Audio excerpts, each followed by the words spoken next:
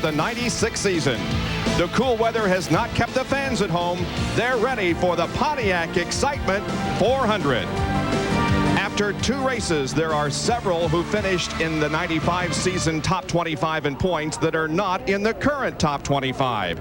It's a rather long list. And notice at the bottom is the defending NASCAR Winston Cup champion, who comes into this event 43rd in the points. Last year, he was on top of the heap. But he and his teammate are up front today. Here's Dr. Punch. Well, Bob, for the second week in a row, it's an all Hendrick front row. They're hoping not to duplicate the double DNF of a week ago. Terry Labonte has led the most laps in both events this year, but has yet to go to victory lane. That could change today. Remember, he won this race a year ago. Now, teammate Jeff Gordon needs some kind of break. 42nd and 40th his first 2 starts. He's 43rd in the points, and he comes to the racetrack in this race where he had his worst finish in all of 1995. He finished 36th in the opener at Richmond. These 2 guys need a break, but back in the field are a couple guys who have gotten all the breaks. Their names are Dale and Dale. Let's go to John Kernan. Back here in the 11th spot, Dr. Jerry Punch, you got Dale Jarrett. Brand new race team. They come right out of the box, win Daytona, and then finish 2nd at Rockingham last week to Dale Earnhardt. Earnhardt here at Richmond has 24 top 5 finishes, 5 career victories. And Bill Weber right now, he and Jarrett are tied atop the Winston Cup standings. And, John, there are a lot of surprising names in the top 10 in the Winston Cup point standings, and a lot of surprises in the top 10 in qualifying here at Richmond. There are 152 victories among the top 10 drivers, but those victories are split among 5 drivers. The other 5 drivers in the top 10 have no wins, but great references. For instance, Kenny Wallace, multiple winner in the Busch Series and a Busch Series runner-up. Then in this row, you have Joe Nemechek, and across from him, Steve Grissom, a couple of Busch Series champions in earlier years. Row 3 has lots of experience with Elliott and Martin. And in row 2, starting 4th, Ricky Craven, Rookie of the Year last year in Winston Cup and a former champion of the Busch Grand National North Series. A lot of young talent mixed in with the veterans, Jerry Punch. Indeed, Bill, and for the second week in a row, Pontiac qualifies 3rd. This is the Pontiac Excitement 400, and you know Pontiac hasn't won this race since '89. Richard Petty-owned Pontiac hasn't won since 1983. And this driver, Bobby Hamilton, has never won a Winston Cup race. People thought that would change last week. And then suddenly, on lap 345, came the tap right here. And suddenly the most recognizable color scheme in all of NASCAR history was embroiled in controversy. Now, we talked to both drivers to try to put a wrap on the tap, and here's what they had to say. Well, you've had 5 days. Any opinion changed any on the incident at Rockingham? That was a great win. Been a good week for us. Is there any way the accident with Hamilton could have been avoided? Well, as Benny, I mean, we bumped a little, he got in the wall. I didn't wreck him. Well, you know, Dale and I were just swapping lead quite a bit, and we was taking air off of one another, and he come out of the pits in front of me, and so I passed him. He come back and passed me his famous Earnhardt move, and then so I done a famous Earnhardt move on him. I passed him back the next lap, and we come up out of the hole, coming out of 4. What I mean coming out of the hole, you know how it comes up out of the hill there, in turn 4. And I was wide open, you know. He loosened me up a tad, and probably enough to haze the tires up, whatever, and he just punted me. You know, Jarrett got into me, and I saved my car. I mean, guys got into each other all day long and wrecked each other, and Labonte wrecked because of somebody bumped him from the rear, knocked him out of the race. Have you had a chance to talk since then? I mean, you two discuss anything? Not really. I seen him. He talked. I listened for about 2 minutes, and I walked off. He was still talking. But, you know, I want to tell you what, I like Dale a lot. I've always figured him to be a pretty good friend and all that. And my only complaint was, and complaints don't mean a lot in racing, is, you know, that guy's the best race car driver in the world. I've seen him go through wrecks at Daytona and never touch anything. I've seen him pass cars and never touch anything. And then all of a sudden you're just one-on-one, and then it happens. And when you don't think a guy ever makes a mistake, when something like that happens, you put the mistake out of your mind. I hate it happened. Petty's got a good race team. Hamilton's a good driver. It's over and done with. Yeah, that one can't be undone now. Let's get on with this one today. And one of the guys we have to watch is Rusty Wallace. A fantastic record on short tracks. In the last 27 short track races, that's tracks that are under 1 mile in length. Rusty Wallace has finished in the top 5 25 times, including 11 wins. Even though he had to change engines after yesterday's practice, I still think that he'll be a strong contender here today. And then another car that'll be a contender, Ernie Irvin. The last time he was here in the spring of 1994, he won the race. But Friday afternoon, going in turn 3 just before qualifying, bam, he locks up the brakes, in the wall he goes. They go to a backup car. We can see the damage to that automobile. They bring out the backup car. He makes 1 lap. He qualifies 38, but he comes back on Saturday morning and will qualify and start 26th. Ernie Irvin could be a contender here this afternoon. We are here at Richmond for the first time since 1983. You wouldn't even recognize the place from then. The amount of effort and money that the Sawyer family, the County of Enrico, and the City of Richmond have put into this track is absolutely unbelievable. It is indeed a showcase for NASCAR racing, and we are delighted that we could begin our Winston Cup coverage here this afternoon. The green flag is scheduled at 1:15 Eastern Time, and we'll be back with more in a moment.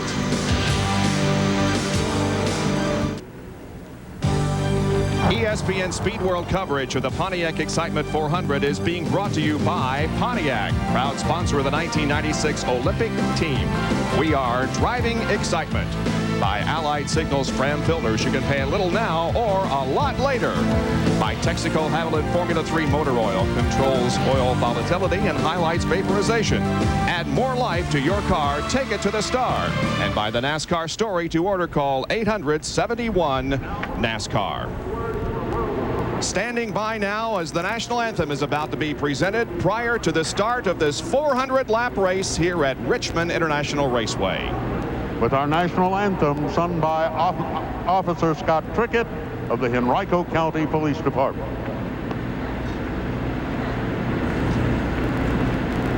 Oh, say, can you see by the dawn's early light what so proudly we hailed at the twilight's last gleaming, whose broad stripes and bright stars through the perilous fight o'er the ramparts we watched were so gallantly streaming, and the rocket's red glare, the bombs bursting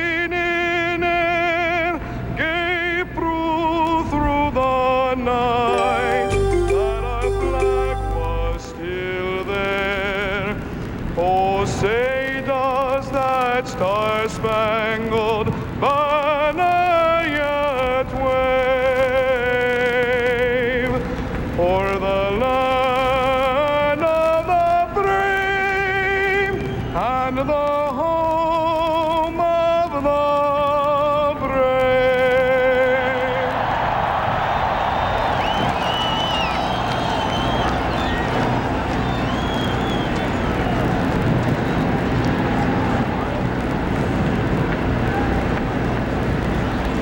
Now for the most dramatic words in the world of professional sports, our Grand Marshal, Mike Mitchler.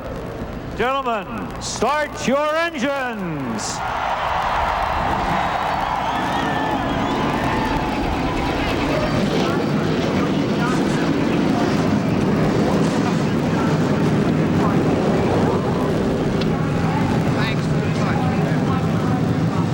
And the 40 cars fire to life here, getting set for our afternoon of racing at Richmond International. Here's Dr. Jerry Punch.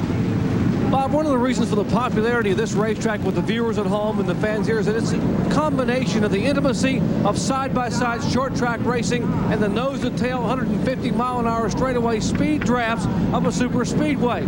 But it is that combination that can pose a problem for the competitors, as we saw yesterday during the Busch Grand National race. With more, here's Bill Weber. Well, Jerry Goodyear would love to design a tire that would last a fuel stop here at Richmond, but it doesn't make a lot of sense. You have to find a happy marriage between traction and wear. A fuel stop here is about 120 laps, but on these tires here, the guys are looking to go about 60, 70, maybe 80 laps today. Yesterday in the Busch Series, we saw considerable wear on the front tires. These cars are heavier and faster, but you have better drivers and perhaps better handling race cars today. We'll have to see what happens. John Kernan. Bill, the one thing you want to have in your pit, lots of tires, and just about everybody does. I checked with Goodyear today. Just about everyone got 7, 8 sets of fresh tires, and back on the truck, if they run out of those, hey, there are more Goodyear Eagle GT radials back there in the garage area. They can mount them up. You're going to keep the cars running on pit road for a while and then take 4 warm-up laps on this cold Sunday afternoon before the green flag. Welcome back to Richmond International Raceway in Virginia as we're just moments away from the start of the Pontiac Excitement 400. There's Jeff Gordon, who is pensively waiting for the cars to move away. It's a little cold here, as we said, and so they're letting the cars warm up. There's Terry Labonte. Here's Kyle Petty, who's set to go in his Pontiac. There's Ricky Craven, who's looking for a good finish after his best finish ever in NASCAR Winston Cup competition last week. And there's Bobby Hamilton, who goes from 3rd starting position here this afternoon. In fact, let's take a look at the entire starting lineup. On the pole will be Terry Labonte, qualifying at 123.728, and alongside his teammate Jeff Gordon, same front row as last weekend at Rockingham. In the second row, it'll be Bobby Hamilton and Ricky Craven, starting 3rd and 4th. 5th and 6th will be Mark Martin in car number 6 and Bill Elliott in the 94 McDonald's Ford. Next row we find Steve Grissom and alongside Joe Nemechek. Back in row 5, Dale Earnhardt will be on the inside and Kenny Wallace. Great start for Kenny on the outside. In row 6, we have Dale Jarrett, and on the outside, the old man, Darrell Walter. And in row 7, we have Ken Schrader in the Budweiser Chevrolet and Rusty Wallace in the Miller Ford. Row number 8 is made up of Ted Musgrave in the Family Channel Ford and Sterling Marlin, 2-time Daytona 500 winner in the Kodak Chevrolet. Row number 9, we find Wally Dallenbach and Rick Mast. Jeff Bodine will start in the 19th position, and he'll be going all the way, unlike he did last week because of the broken ribs. Outside of that row will be Elton Sawyer. Row number 11 is Jeff Burton and Morgan Shepherd. And in the 12th row, Robert Presley to the inside and Brett Bodine outside. Mike Wallace, who finished 4th yesterday in the Busch Grand National Race, will start inside row 13, and Ernie Irvin, fastest qualifier, outside him. Row 14, Derek Cope, main and tail car, and Ward Burton, who's off to a terrible start in 1996, needs to get it turned around. Jeremy Mayfield and Jimmy Spencer next. And in the 16th row, we find Hutch Strickland and Dave Marcus. Dave having a good year so far. Row number 17 is Johnny Benson fighting pneumonia here today, and Ricky Rudd in the Tide Ford. Row number 18, we find the Michael Waltrip Citgo Ford and Kyle Petty's Coors Light Pontiac. And the 4 drivers who took provisionals to get in, Bobby Labonte and John Andretti.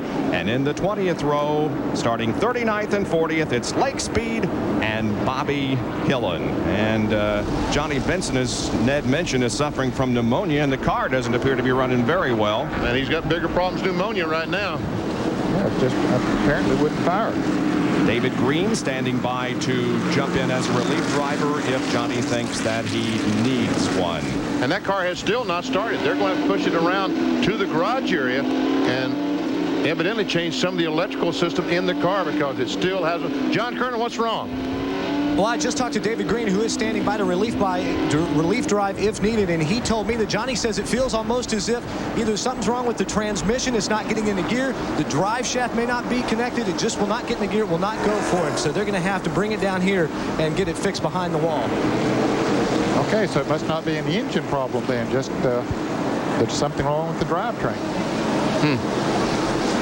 Couple of more laps before we get the green flag. We can overemphasize how cold it is, but one thing we do have to mention is the fact that it didn't keep one single person away. I don't see any seat available in this beautiful facility. As all seats are filled, they're ready to see some racing. And the 18 car is now catching up to the rear of the field, as is Bobby Hillin. He might have stopped. He might have slowed down just to be able to run that half lap to get the tires warmed up, because that first lap is going to be critical. Camera inside on top of the Goodrich Chevrolet of Dale Earnhardt. Also, Mark Martin of Valvoline Ford has the same camera on the roof of the automobile. There's Bobby Hamilton and a roof cam on the STP Pontiac. And the King, Richard Petty. He's watching television. He isn't watching the race car. Yeah. Turn around, Richard. Wave to us. And Kyle Petty is set to go here this afternoon, starting from the 36th position. There is the Family Channel car driven by Ted Musgrave that will also be carrying a roof cam. And it's, you know, we keep talking about how cold it is here. Really and truly, it's about 45 degrees, but the wind is blowing about 25 miles per hour. So wind chill has a temperature probably 25, 30 degrees. That's what these crew members are feeling. And I tell you, pit stops are going to be critical today because their hands are going to be frozen. I would think, keep your hands in your pocket down there, guys. Need to get them some of those little things that they use in golf that you can get at the golf shop and keep your hands warm. More on Johnny Benson from John. Well, Bob, it is the drive shaft not hooked up to the rear end gear. They sent a crewman into the garage area to get a U-bolt and a yoke. They're working on the car right now. The pace car coming by. These cars still getting warmed up out on the racetrack. Johnny Benson sits in his car helplessly. They're waiting, hoping they can get it fixed before this race goes green. But the pace lights are off atop the pace car, so it should be one to go. Evidently, they changed the gear in that car this morning, and when they put the drive shaft back in, they just slid it up in the rear end yoke and did not put the little U-bolts that hold it in, and it fell out. There is a loop that keeps the drive shaft from dragging on the ground. It probably fell down against that. That's why it didn't fall out. And they push these cars through inspection, push them out onto the start-finish line, so it's never fired until they get ready to start the race after that, so they wouldn't have known it. While Benson sits on pit road and the crew works on the Pennzoil car, the field is set to get the green flag. The pace car is in turn number 3. Only 3 went home from here. Dick Trickle driving Loy Allen's car, also Randy McDonald and Robbie Faggart. There's the huge crowd on hand here this afternoon for the 3rd race of the 96 season, our first NASCAR Winston Cup telecast, and we're ready to go.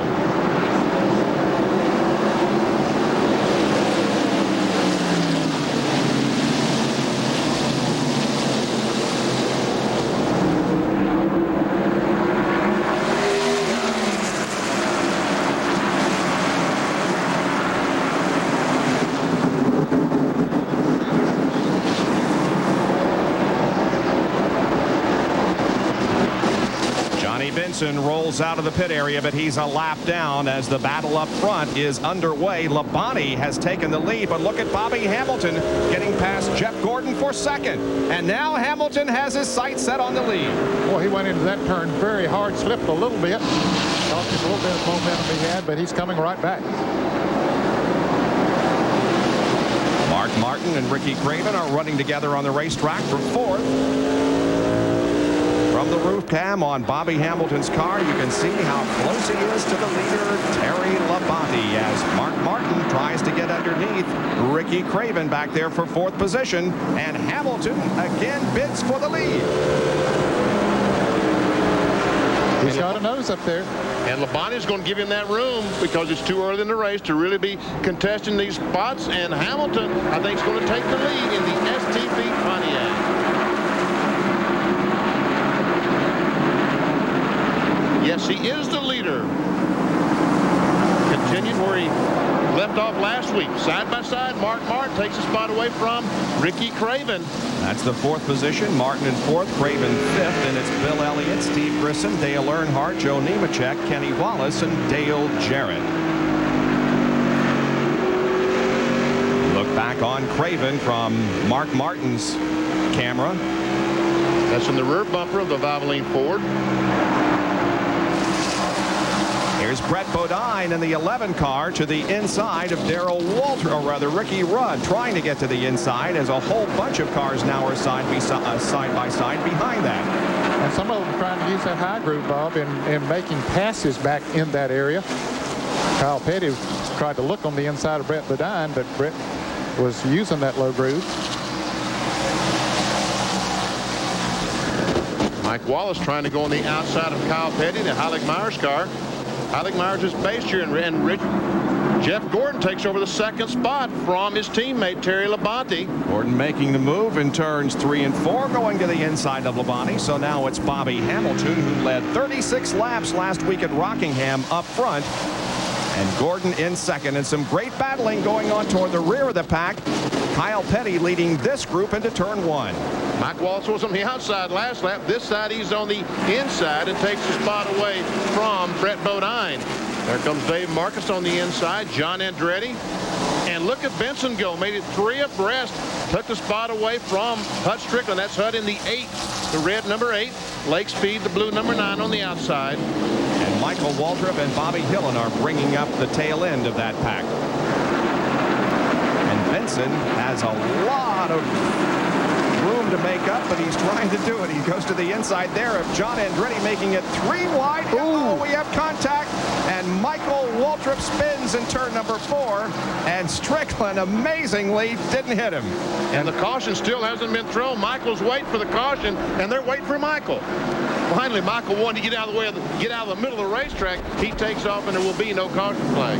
But he does get lapped as we watch now Rusty Wallace and Darrell Waltrip go at it.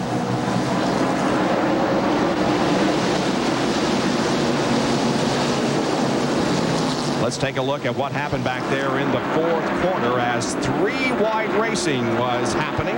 And you just can't do that on this racetrack. It's wide enough, and Michael Waltrip sees that opening on the inside, but he runs in there and clips the car number 37 of John Andretti, and around he goes. Everybody else gets by, but it cost Michael a lap. That was as close as yesterday's incident between Chad Little and Terry Labonte. Man, oh man, that was awesome. Rusty Wallace takes his spot away. Look at that, 2.85 average finish in the last 27 short track races. That is incredible. Dale Jarrett trying to move on the outside of Kenny Wallace. He's been trying to get by him on the inside for the last 5 or 6 laps, and now he decides to make the high move, and looks like it might work for him. Jarrett will take the position away from Kenny Wallace. Now Rusty Wallace moving up on the outside. Jarrett moving into 10th position, dropping Wallace back to 11th. Rusty said, come on, Herman. Come on, let me have a break here, Herman. Wallace and Wallace. They call Kenny Herman in the family.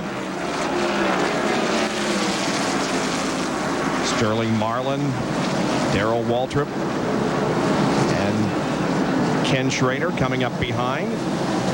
Meanwhile, it's Bobby Hamilton who is leading this event, and the interval is about 8 or 9 car lengths between Hamilton and second place Jeff Gordon. We're early in the Pontiac Excitement 400.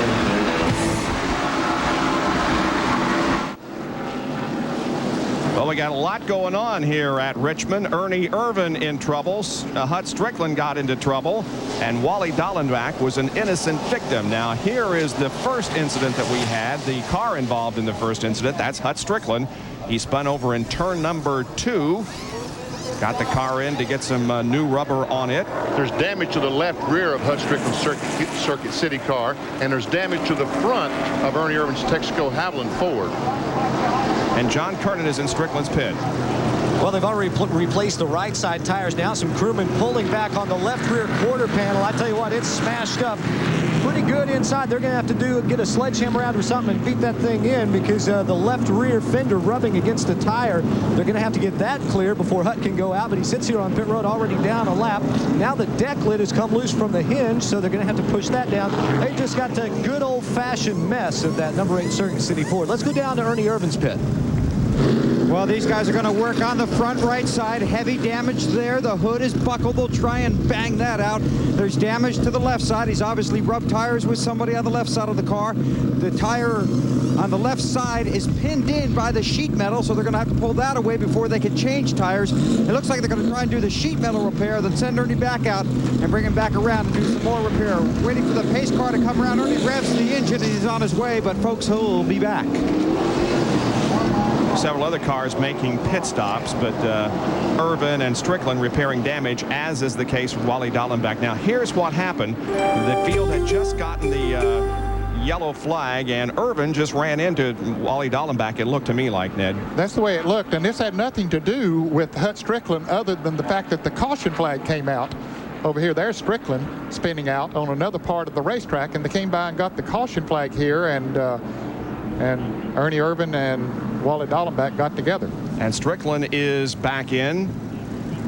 And Ernie Irvin also coming back into the pits to get repairs after this incident down in turn number 1. We'll take another break and be right back with more from Richmond, Virginia. Just as you rejoin us, the cars cross the line and take the green flag for the restart. Now, Johnny Benson and Michael Waltrip are both positioned to the inside, trying to get their lap back, and Benson has. Yes, and both of them came in, put on 4 new tires. That should give them a little extra speed, and they look for this opportunity to get back in the lead lap. As you say, Benson has. Michael Waltrip hasn't been able to get up there and pass the 43 car yet. It's still Benson on the lead lap now, back in 36th position. Bobby Hamilton is your leader. Michael Waltrip came up and looked like gave him a little bit of a bump there. Now he tries to go to the inside to get his lap back in the third turn. Is he going to be able to do it? Looks like he will. So now both Benson and Michael Waltrip are back on the lead lap. Hamilton is the leader, but now is getting a challenge from Jeff Gordon. And here's Rusty Wallace making a move. He got around Dale Jarrett back there in the pack. Rusty has moved up to the 9th position now. See Jeff Gordon on the back bumper of Bobby Hamilton. That's first. The 43 STP is the leader of the race. The 24, Jeff Gordon, is second. The yellow, Benson, and the red car, Waltrip, have on the tail end of the lead lap. There we see Earnhardt trying to go on the outside of Terry Labonte. Started 9th. It is already up to third position now. Yeah, passing Labonte, taking over that third spot. Here's Jerry with more on Bobby Hamilton.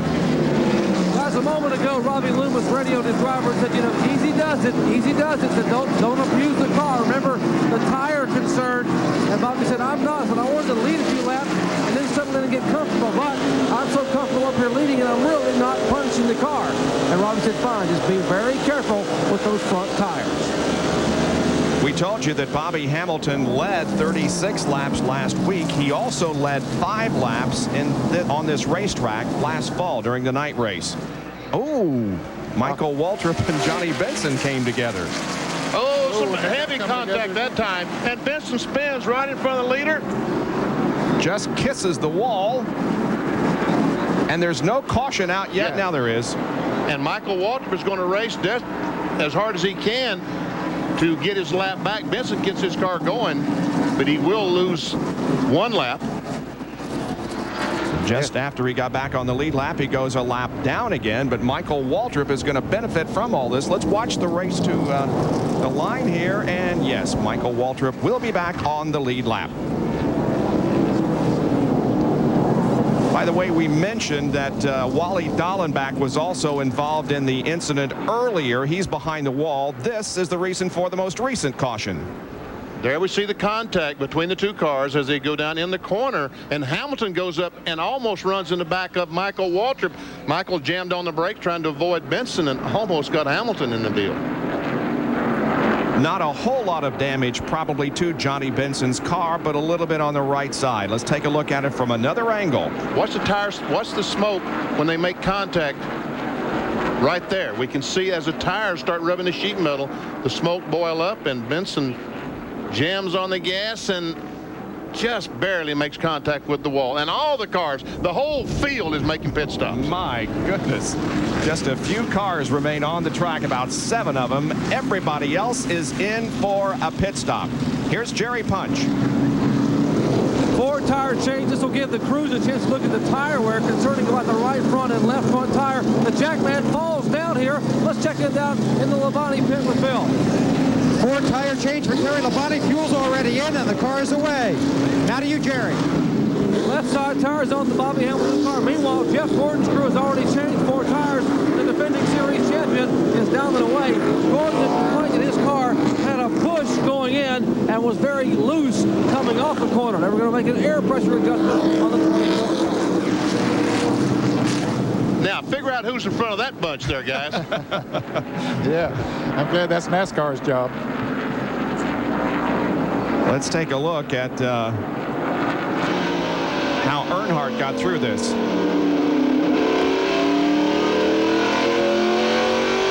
And Mark Martin. Well, fortunately, the water sort of parted.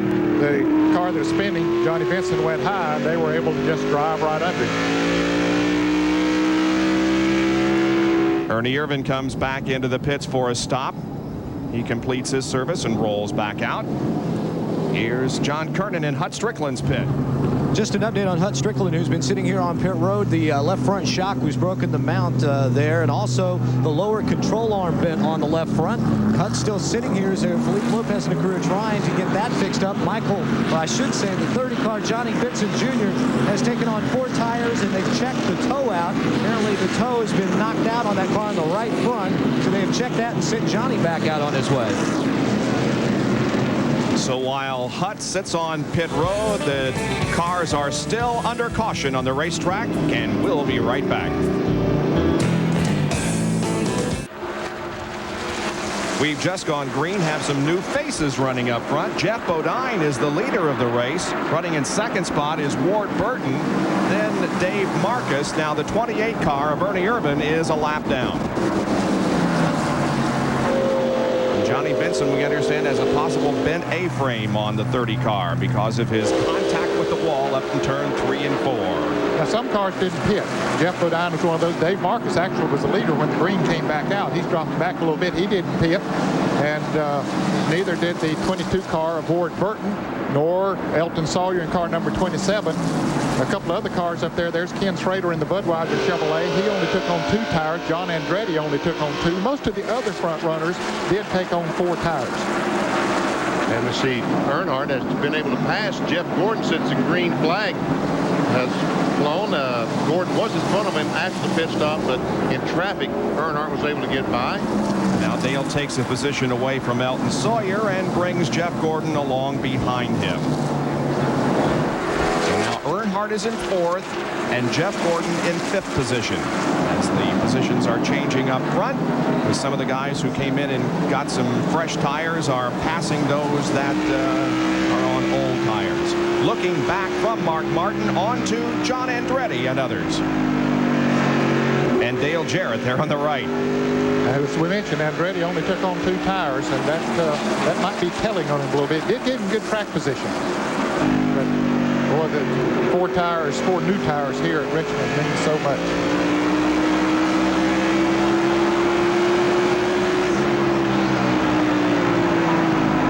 Dale Jarrett closes in right on the back bumper of Mark Martin. Mark gets on the gas, pulls away by a couple of car lengths as they come off the corner. Here's the battle for second place. Jeff Bodine, the leader. The battle for second is between Ward Burton and now Bobby Hamilton has the STP car to the inside of Ward and takes the position rather easily into turn 1. Ernie Irvan tried to move up there on the inside, couldn't quite follow Bobby Hamilton through there. As you see Earnhardt coming up there now on the outside. Earnhardt running in the 4th position.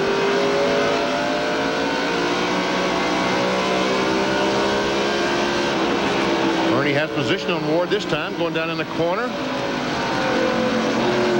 And Earnhardt also follows. Yeah, those tires that Ward Burton has on there, we're on lap 45 right now. And they're beginning to get heated up and worn and just don't have the adhesion that newer tires have.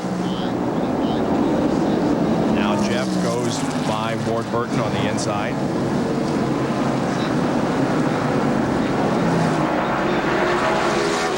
Right now Ward and again. Here's a battle for the lead. Hamilton on the inside of Bodine. He will take the lead. He led that lap. He was about a half a car length ahead of Bodine when they crossed the line, and so Bobby Hamilton goes back on front on lap number 45. Let's go back here and see if we can pick up some other battles. There's Ted Musgrave, Sterling Marlin, Elton Sawyer, who was up front just a few laps ago, and look how far he's gone back because of the worn tires. Also, that's Robert Preston, the 33 car. After all this time, I still won't say Harry again. Well, you can't blame some of the teams for trying that strategy of putting just 2 tires on to get the track position, which is very, very important on any racetrack, but especially a short track. But they'll rethink it now, and those others that saw them do it and see the effect it is having on the race cars just doesn't look like it's going to work. For more on it, let's go to Bill Weber in the pits. A similar strategy for Jeff Bodine, Ned. He stopped on the first caution of the race, came in, topped off with fuel, and got 4 tires. Qualified 19th, was leading, currently gave that up, but still running at the front of the pack, running second with Ernie right behind him. So his tires aren't quite as old as some of those others then, since he stopped on that first caution. And so that was good strategy on his part. Yeah, the 22 Ward Burton also stopped on that first caution flag to change tires. And that's one reason he was able to keep up as well as he was. There we see some very, very close racing between Steve Grissom, the 29 car. That's Dino's feet's really hot as he comes off that corner.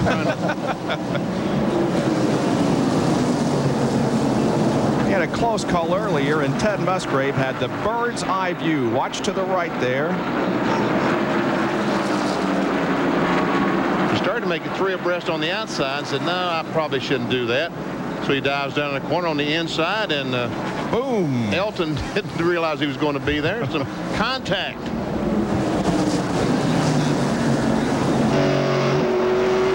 Presley, Schrader, Bill Elliott, Ted Musgrave.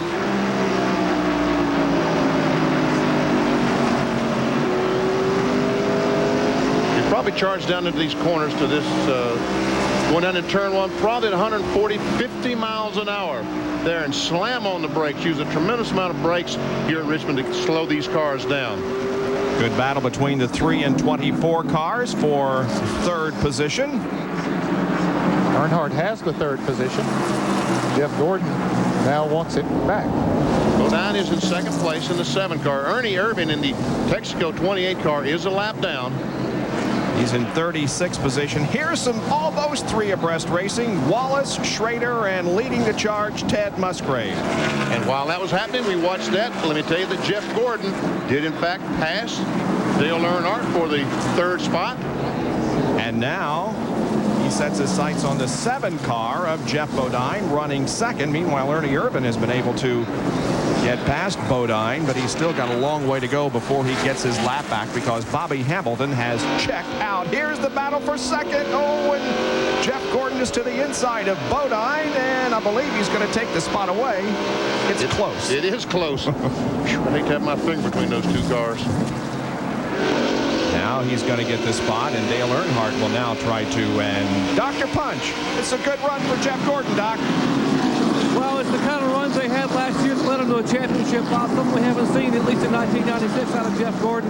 But the concern here was when they changed the tires, they were very concerned about the right front and left front tire. Ray Evernham looked at the tires, looked at me, and his eyes got very wide open. He said, hey, that's just 32 left. And when he saw Gordon go by Earnhardt a moment ago, he radioed his young driver and said, hey, don't use it up too much early on. Save it. Let's save it. Let's go and check in with John Kernan, who's standing by with Wally Dallenbach. Well, Wally's Hayes Motom's Ford Thunderbird in the garage area, the rear end pushed back. Wally, a little help from behind, it looked like. Yeah, we had, we had a good car working. It was early in the race. It's pretty dumb when somebody runs into you after the yellow flag. It's really unfortunate. It really is going to hurt us in the points and everything, but we'll be in Atlanta. All right, Wally Dahlin back. He's out of the race for now. In fact, they just brought the car back to the truck. They're getting ready to load it up, guys. Boy, that is a tough break for Wally, who has had so many good runs here in the early part of the year. You got to think that this team is going to come together, and you got to really think that they're going to be strong when they go to Sonoma in May. Rusty Wallace getting by Terry Labonte. Both these cars, the 2 and the 5. That's Rusty in the 2 and Labonte in the 5. These cars run so well at this speedway. That is coming up. Jeff Bodine is running in 4th place. Rusty now 5th, and Terry Labonte in 6th. 59 laps are completed here at Richmond International Raceway on a beautiful Sunday afternoon, despite the fact that it's a little bit cool and windy. Bobby Hamilton is your leader. We'll be right back.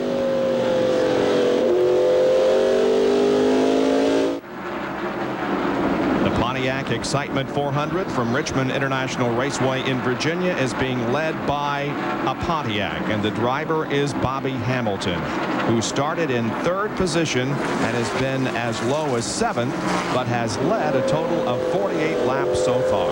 He's about 3 seconds, a little over 3 seconds ahead of Jeff Gordon, who is running in 2nd place. Bobby Hamilton's STP Pontiac really working good here. He registered 2 top 10 finishes here last year. He was 9th in this race a year ago, and he finished 5th in the fall race here at Richmond. His only top 10s at Richmond in 9 events. He qualified on the front row here at one of these races last year. So evidently the Petty crew knows something about Richmond. Well, they've always known something about Richmond. They were very, very good even when this racetrack was half mile. There's Richard Petty, who won so many times here. They were good when it was dirt. They were good when it was half a mile paved asphalt, and now good on this one. He's won 13 times here at Richmond, has Richard Petty. 6 in this event. We're watching a Cram Field summary, and here's some battling going on. That's the 11 car of Brett Bodine. This is around 20th, 21st, 22nd, something in there. Bobby Labonte in car number 18. Ricky Rudd in car number 10. Kyle Petty right behind them as they battle side by side. Steve. Yeah. He and John Andretti made some contact down in the 1st and 2nd corner, and Grissom goes up the racetrack and is able to get it back under control without spinning. What happened here, BP? There we see Andretti on the inside, the Kmart car, and a little bit of contact on the left rear, and Grissom goes up to chase the back end and almost chases it to the wall, but he finally catches it just before the wall. Does a good job with that. He's had a couple close calls already today. There's Dino on the left rear quarter of the 29 car. That's the Cartoon Network. It's dropped him back to 18th position, Steve Grissom. Barney Rubbles on the right rear quarter, and Fred Flintstone on the hood.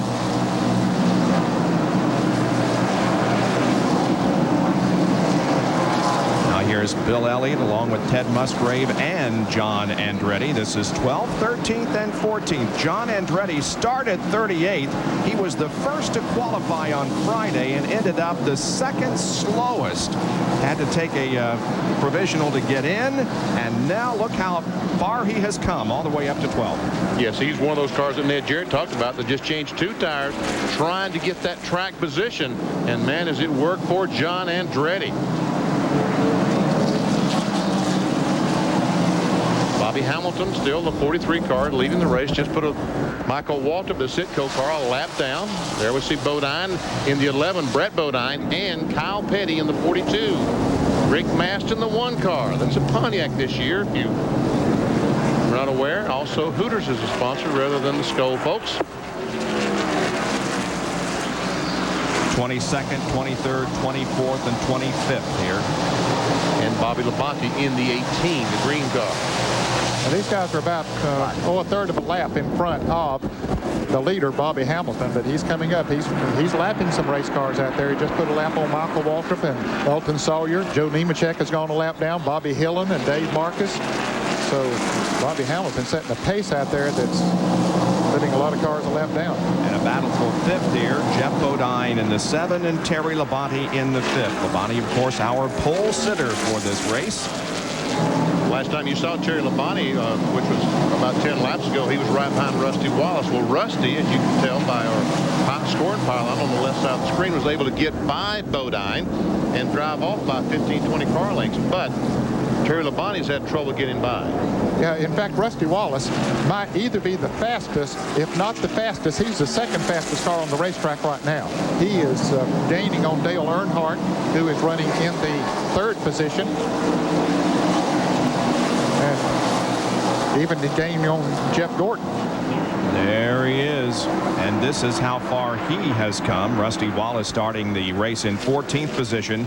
By lap 15 had moved to 11th. Kept picking him off, and now on the 75th lap is 4th and looking for 3rd as he goes to the inside of Dale Earnhardt. Whoop, don't make it 3 abreast, Rusty. That won't work. He knew better than that. Looked tempting, though. It did look very tempting, that hole on the inside of Earnhardt.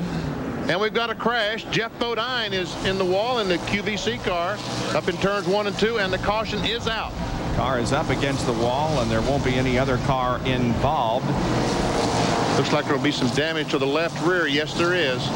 Jimmy Spencer was about to go a lap down in 30th position, so the caution is a godsend for him. Let's take a look at how this incident happened up in turn number 2 involving Jeff Bodine in the QVC Ford.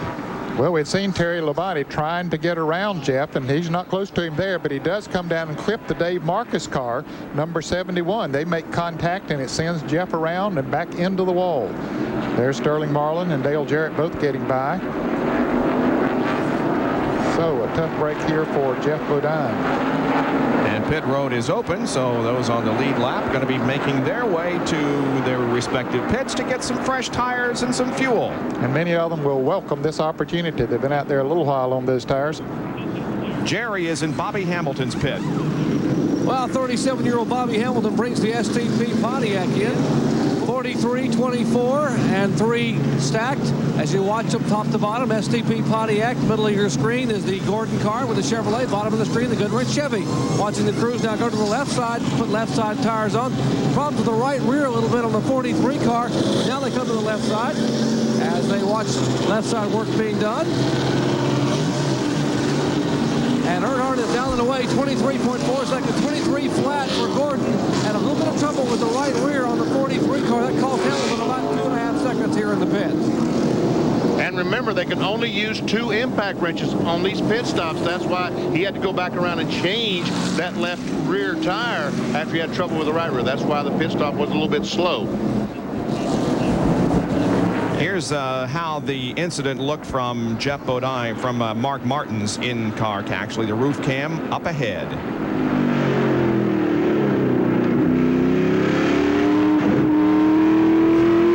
Well, you could hear Bodine's impact with the wall. He's back running, but there is damage to the rear end of that car. We'll take a break and be right back.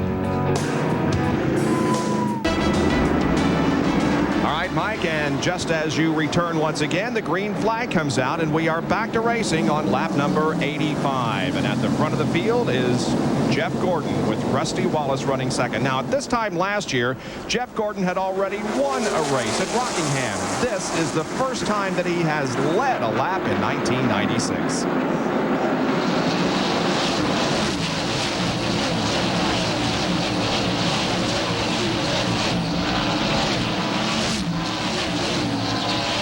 Rusty Wallace is second, Earnhardt third. And Sean Parker, the tire changer, rear tire changer on the 2 car, I'm disappointed. He assured me this morning after the first pit stop that 2 car would be leading. They made 2 pit stops, and he's still only up to second place, Sean. That's still pretty good. Yes, it is. Bobby Hamilton is running fourth. We're watching from his roof cam. Now ahead is Michael Waltrip. However, he is a lap down in 31st. There are 30 cars on the lead lap. Michael gives Hamilton the room on the inside, and he goes by and tries to go forward. Let's check on tire wear with Bill Weber. Jeff Bodine was on 54-lap tires when he wrecked. This is his right front tire. You can see how badly this is torn up. Now, Jeff had not complained about the handling of his car because of the tires. He was dropping back in the field, but the team told me they're not really sure if that happened before Jeff went into the wall or on his way there. And Bill, I would say that was when the car, he locked up the brakes and slid the tire that caused that problem. That tire was not worn that way from his 50 laps around this racetrack. Certainly a possibility, Benny. You can see they're still looking at it down here. When you stop these tires and slide them over the surface of the racetrack, it's almost like sandpaper just takes that rubber and peels it away. It's called flat spotting sometimes, but that was a little more than a flat spot. Yeah, there's not a lot of rubber on these tires to begin with. Yeah. And like Benny says, you lock them up a 3,400-pound race car on an abrasive racetrack. This racetrack has been through a harsh winter here at Richmond, Virginia, and it's a little abrasive. When you say not too much, Ned, as a matter of fact, about 1/8 of an inch is all the rubber there is. Bobby Labonte and Robert Presley are battling for position. Meanwhile, Hamilton is about to take third and does take third from Dale Earnhardt. Well, let's watch this and see how close they come on the racetrack. Well, it's not going to be close long because Bobby Hamilton's going to be gone.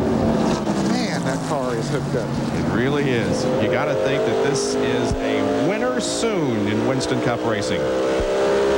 Here's a Fram Field summary. Watch for your favorite driver. The numbers in parentheses indicate where they started. Rusty has come from 14th starting position to run second. Andretti from 38th to 10th. We see Presley there, Robert Presley in the 8th spot. And I was told this morning that he has an awfully good car today. Here's John Andretti, Ted Musgrave, Bill Elliott. This is 10th, 11th, and 12th.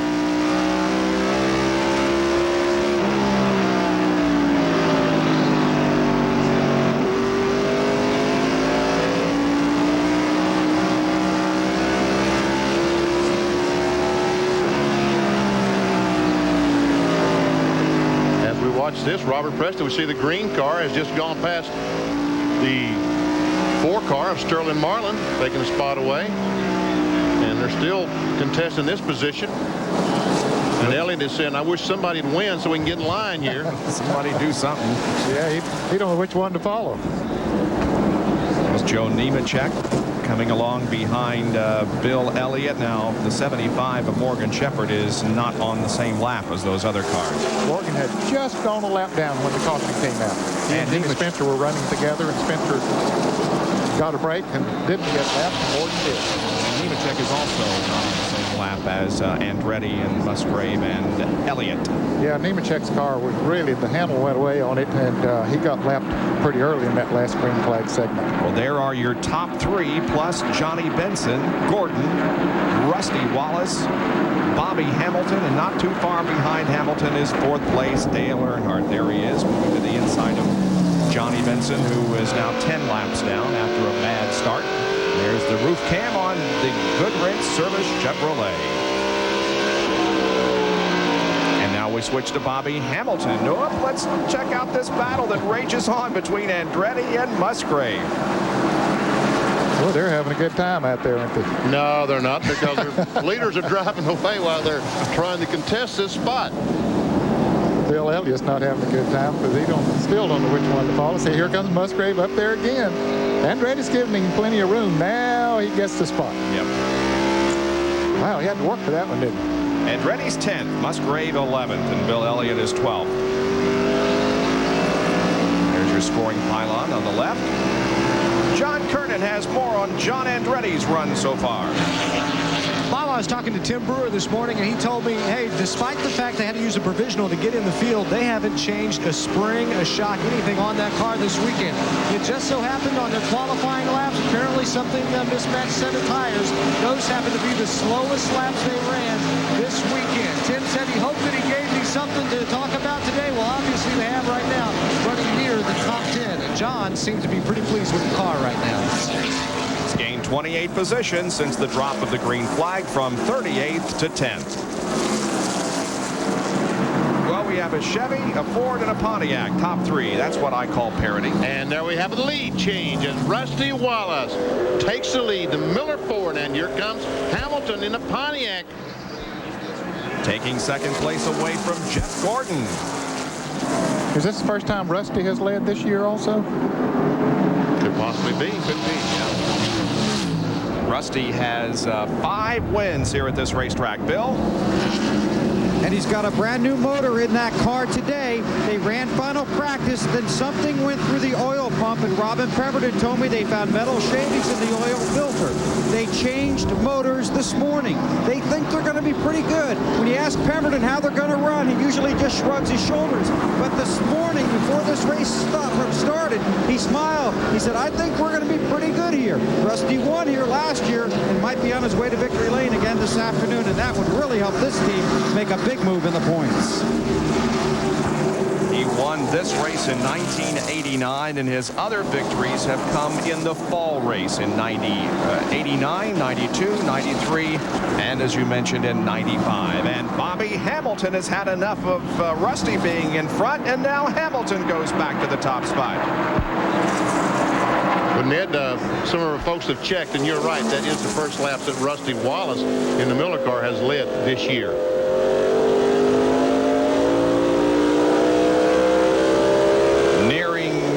We have completed 104 laps now out of 400. It's Hamilton, Wallace, Gordon, Earnhardt, and Dale Jarrett, the top 5. We'll be right back. Well, there isn't a crash on the racetrack, but the roof flaps are up on Jack Roush as he tries to stay warm and watching his 3 cars compete here this afternoon. The official site for NASCAR on the internet is www.nascar.com. NASCAR Online, featuring plenty of audio and video clips from the races, lots of downloadable photos of the cars and drivers, and live audio of the daily Motor Racing Network race report. NASCAR Online. Nothing has changed since we have gone to commercial. Bobby Hamilton, the STP Pontiac, still leading. Rusty Wallace, the Miller Ford, still trying to catch him, and Jeff Gordon still running third. You know, the NASCAR folks have to be happy, you know, because they got a Pontiac, a Ford, and a Chevrolet. Yep. That's what you call parity. Here is Robert Presley, who is running in 7th position at the moment, having come from 23rd starting position. There are the statistics from his last few laps to 16th, 12th, 9th, and has leveled off in 7th position. Having a good run. Sterling Marlin is running good in the Kodak Chevrolet. He's running in 8th place. Bill Weber has more on Robert Presley. Well, Robert, not a lot of luck at this track. 35th last spring, 30th last fall, and they ran yesterday, and then they liked the motor in there, but it was leaking oil. So this morning they changed the motor, and he has come right to the front. Now, Andy Petrie is his new crew chief, and we know what kind of success he's had with Dale Earnhardt. This is a car Andy has basically built since moving over to the 33 team. They qualified so poorly because the sway bar came loose when they were making their qualifying run. They've got a good car and a good start here. Lap 112, they're 7th on the leaderboard. The Leo Jackson-owned Skoll Chevy for Robert Presley right now running in 7th spot, just ahead of Sterling Marlin. It looks like Sterling Marlin has closed up a little bit. There's some 3 leaders. See, Dale Earnhardt has fallen back a little bit from this group of 3, and Dale Jarrett is closing up. Yep. So the Dale and Dale show here, 4th and 5th position. Ned Dale has to be tremendously happy with the way things have gone so far in 1996. Oh, he has been. Things have gelled so well. A new team coming together with all new personnel. And, you know, most of the time you say, well, it's going to take them a year or maybe 6 months or half the season to gel, but they just came right out strong from the very beginning, and they just, I guess, happened to get the right, maybe say happened is not the right way to do it, because Clarence Reynolds and Robert Yates really handpicked the people that they put on that team, and it's come out and working very well. Another Cranfield summary. I just realized this is the first time that we've seen each other since Dale won the Daytona 500, and good job by him, needless to say, but you too, Ned. Well, thank you. was nice to be able You're to getting to be old-hand at that, aren't you? Well, it's nice as DJ goes around. Earnhardt now and takes over the 4th position while we watch this battle up front. It's nice to be able to sit in the booth and call a victory for him occasionally. Tell you what, Rusty's closed up right on the back bumper of Hamilton and bringing Jeff Gordon along with him. Yeah, before Hamilton was able to pull away once he got out front, but this time he hasn't been able to. Rusty's staying right there. You saw the 29 cars on the lead lap with Brett Bodine, the last car on the lead lap. Jeff is a lap down, and so are these cars, at least one lap down. Well, Dr. Jerry Punch is standing by with the Honorable Governor of the Commonwealth of Virginia. And for you racing fans or football fans, the name George Allen is going to be very familiar. That was this governor's father, one of the legends in pro football and coaches. And Governor, your dad was such a legend in coaching. Joe Gibbs involved now in motorsports. I know you've become a huge fan. Well, it's a great competitive sport. It's they have great fans, but it's also a lot of teamwork. And I also want to say howdy to Joe Gibbs. And obviously, it's not just the drivers, it's the whole team. It's the ownership. And I think the thing that really makes it is that these drivers and the people involved in it are not haughty. There's a lot of glamour to this and a lot of glitz, but they're just regular people. And the best fans, I think, anywhere. Folks will drive from, hours and hours, stay overnight and so forth just to see a race. And it's a tremendous sport. There's over 80,000 people here in Richmond. This is the biggest sporting event in all of the Commonwealth of Virginia, and I think it's a testimony of the great growth and attraction of motor racing. You must be so proud of this facility. It's the largest sports arena in Virginia, you said, but what a show place. Well, it's designed by the Sawyers for the fans. And no sport is anything without the fans. They're the ones who make that investment, the millions of dollars that he put into it, worthwhile. Obviously, having ESPN come to Virginia to cover this race is good promotion for Virginia. Virginia is a great place for tourism, a great place for business. We say Virginia is for lovers, and it's certainly a great place for race fans, and we're having a very exciting race here today. Governor, thanks for joining us, and thanks for all your support for motor racing. My pleasure. Y'all come visit us in Virginia.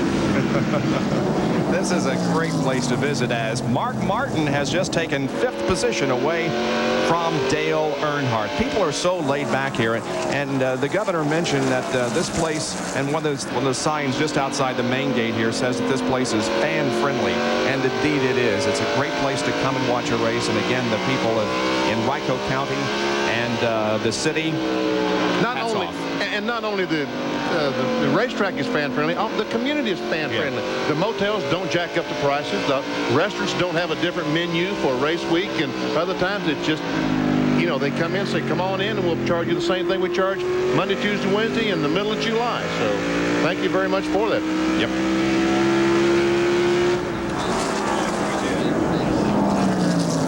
Back up front, we have Rusty Wallace challenging Bobby Hamilton for the lead again. Rusty got out of shape as he came off that second corner. He's trying it on the outside. That's a hard way to go, Ned. Yes, it is. That is, especially at this point of the race when there hasn't been that much running up on the outside. Bobby Hamilton hangs on over Rusty Wallace, Jeff Gordon, Dale Jarrett, and Mark Martin in the Pontiac Excitement 400.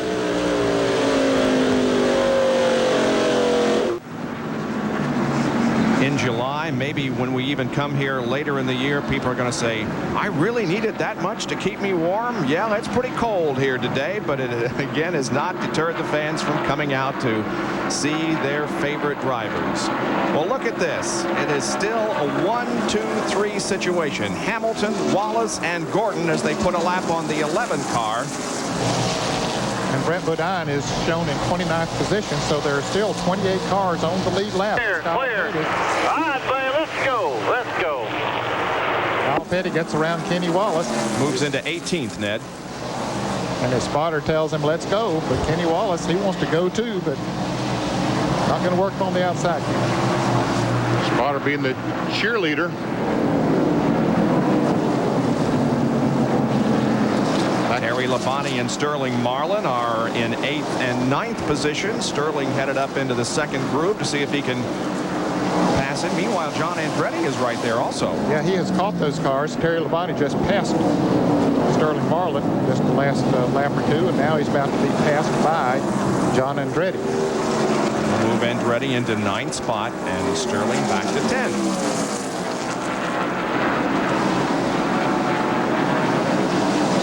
There's some cars beginning to slip and slide out there now as they've been on these tires for a little while in green flag conditions.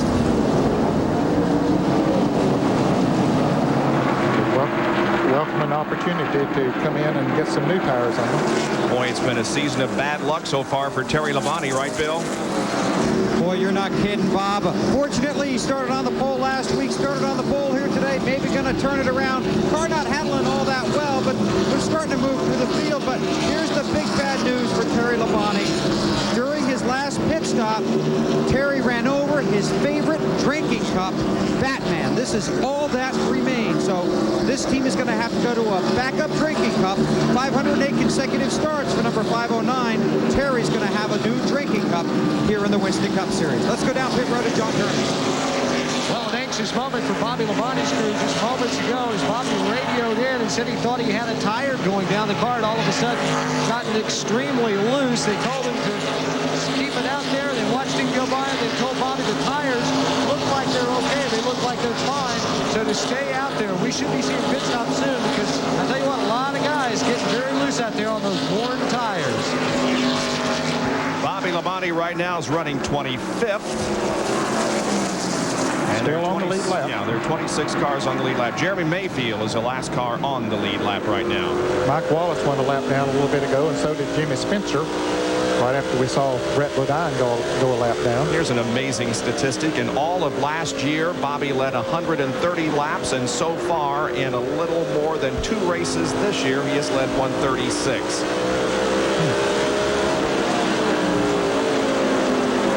Dale Earnhardt and Robert Presley are together, 6th and 7th, and Earnhardt's slipping back, isn't he?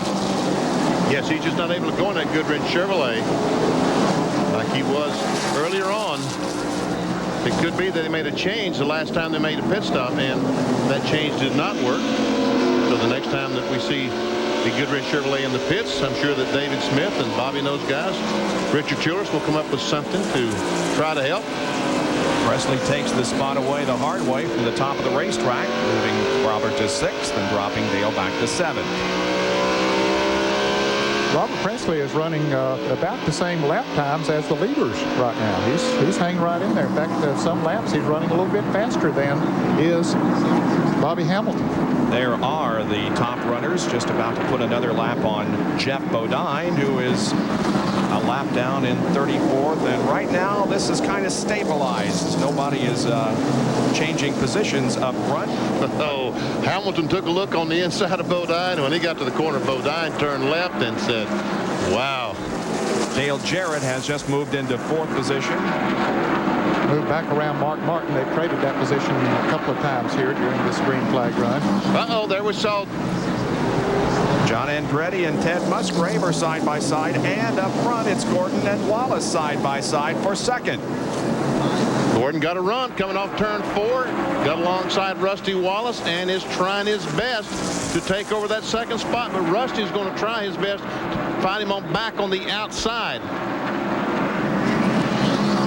It's not going to work, it doesn't appear. Good, clean, close racing there between Gordon and Wallace. Pit stops are going to be coming up pretty soon. We're going to get a quick commercial break in here so that we can come back and follow the pit stop activity in the Pontiac 400 from Richmond.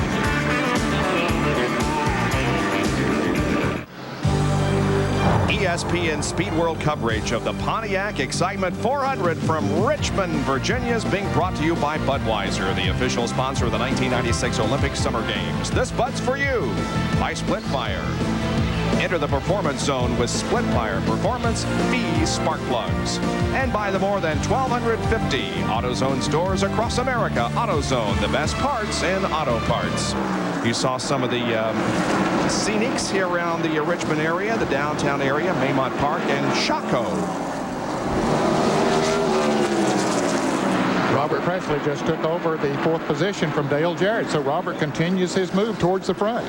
And we have a new leader. How about that? Jeff Gordon, the DuPont Chevrolet, blew by Bobby Hamilton and has gone in, and right there we see Ned. Just moves down to the inside. I think Hamilton's tires have completely gone away on his Pontiac, because Jeff Gordon, once he made this pass, as you see him coming off of turn 4, Hamilton's car gets a little bit loose and he just drives away. And he's also lost 2nd place to Rusty Wallace. So it's now Gordon, Wallace, and Bobby Hamilton back to 3rd. Robert Presley running 4th. Dale Jarrett in 5th. And Jimmy Spencer, the Smoke and Joe car, made a pit stop with those fresh tires. We can see just how much faster he is than the leader of the race, Jeff Gordon. Dale Earnhardt has dropped all the way back to 13th position. So a lot of these guys need to come in for some fresh rubber to get back online. And here's Jerry Punch with more on Dale Earnhardt. Well, the problem with Earnhardt was the previous pit stop. They thought the car needed an adjustment. They actually came in and put a round of wedge in the car, made a track bar adjustment, and also changed the air pressure. And apparently, they've made 2 major changes. David just said the car is just so tight, the car can't turn coming off the corner, so they're going to make an adjustment when it comes back down pit road. Here comes the car number 43 down pit road. Bobby Hamilton's STP Pontiac comes in. He'll be the first of the leaders to make a pit stop under green. And now, because Hamilton has pitted, others will begin to make their entry onto pit road. If you're watching them up, they will change the right side tires. 2 right side tires will go when they clean the windshield. NASCAR said they will be allowed an extra man over the wall to clean the windshield because of the glare and the dirt. Left side tires going on the Hamilton car. And a little problem now with the left rear. They had a problem with the gun a moment ago. That previous stop cost them about 4 or 5 extra seconds. Now he is down and away 25.5 seconds. And he's going to come on the racetrack. He's got to stay below that yellow line. That's very, very slow. But he's going to come on the racetrack right behind the 24 car. And that should put him 2 laps behind, Benny. On this racetrack, it's often tough to come in and out the pits, get 4 tires without losing 2 laps. Of course, he's going to be running a lot faster than the others as Ernie Irvan comes down pit road here right now. Ernie Irvan in, so is Mike Wallace, as we continue to watch the activity on the racetrack. There goes Steve Grissom on the inside of Dale Earnhardt.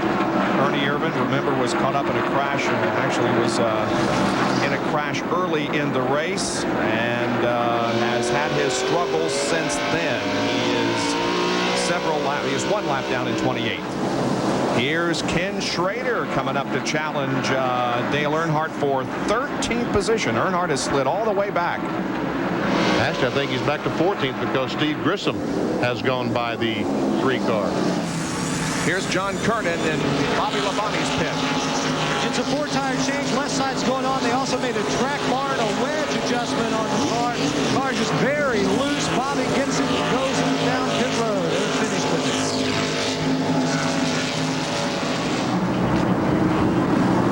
Well, the 33 car is definitely gaining on Jeff Gordon. The 33, of course, being Robert Presley. And look at Presley's lap times and how they compare to Jeff Gordon's. Wow.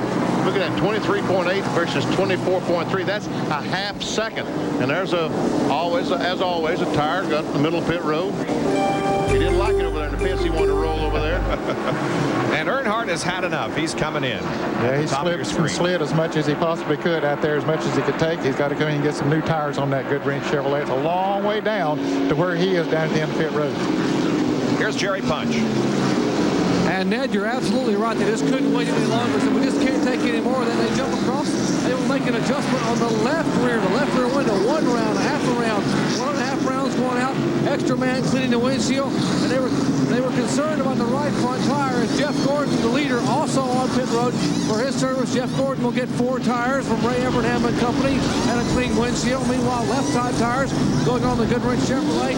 He is down and away. And work continues at the far end of pit road as Earnhardt leaves on the Jeff Gordon car. Let's go to Bill Weber. Robert Presley is in the pit. His 33 made it to the top of the leaderboard, working lap 161 now. This will be a 4-tire change for this Andy Petrie-led crew.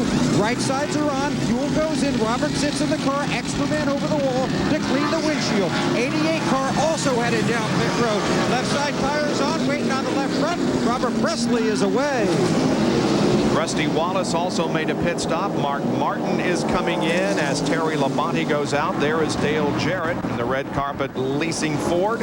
He stayed out and led a lap, so he is one of, I think he and Terry Labonte are the only ones that have led all 3 races so far this year now. No Dale Earnhardt. Did Dale lead a little bit earlier? If he did, well, that would be the other one then. Mark Martin. Here's John Kernan as Andretti comes in. Should be a 4-tire change for John Andretti. No chassis adjustment as of yet. Just very careful to clean the windshield. Just a lot of junk on the window. And as they get into 3 and 4, well, I'll tell you what, a lot of glare. So to get the windshield clean, no chassis adjustment, a 4-tire change.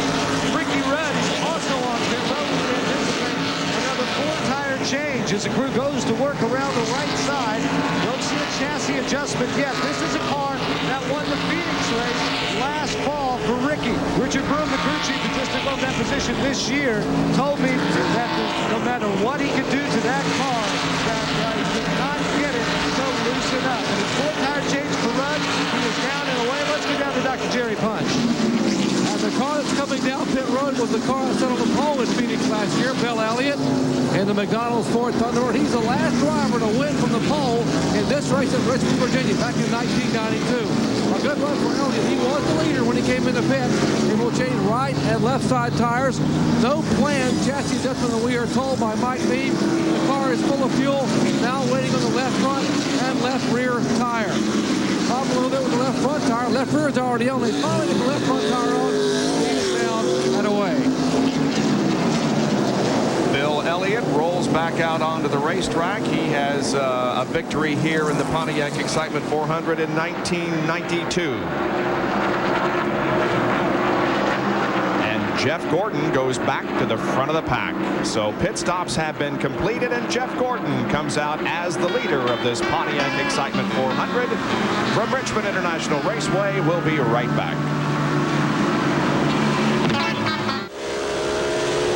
ESPN beginning its 1996 NASCAR Winston Cup coverage here today at Richmond International Raceway. And join host Kenny Mayne on RPM tonight at 9:30 for full coverage of today's racing highlights from the Pontiac Excitement 400 and the Grand Prix of Miami IndyCar race.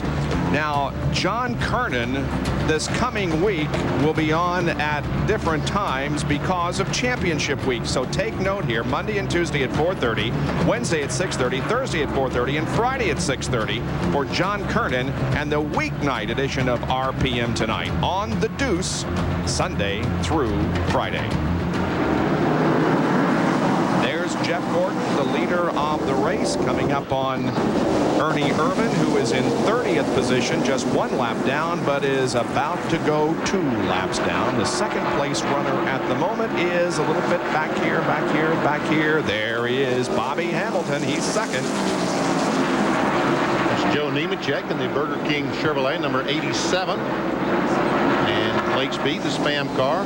There's a battle for 3rd and 4th. Rusty Wallace is 3rd, the 2 car, and Robert Presley takes it away. Man, you got to be impressed with Robert Presley, huh? He is looking good today. One of those cars was smoking down in the corner when he got back on the gas. I thought it was Presley. I don't know. There's Terry Labonte, who's running in 5th spot, pole sitter, and eligible for $98,000 in Unicount bonus money. Bobby Hillen in the 77 car, the Jasper engine automobile. He's 32nd, 2 laps down. The red car in front of Terry Labonte is Jeremy Mayfield, RCA Ford there. He's number 98. And there comes Musgrave, Family Channel number 16. He's 6th.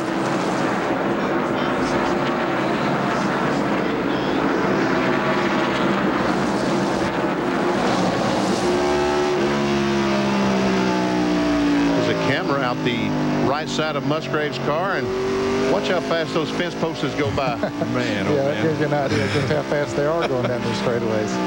Be a little tough to spot your wife or your girlfriend in the crowd there. Yeah. While we were watching that, Ricky Craven just passed Jeff Gordon and got back in the lead lap. Ricky had gone a lap down, but he's back in the lead lap now. He's being shown in the 21st position. So Dale Jarrett has caught the 16 car of Ted Musgrave. 88 is Dale Jarrett, the Ford Quality Care car. That's a battle for, what's that, 6?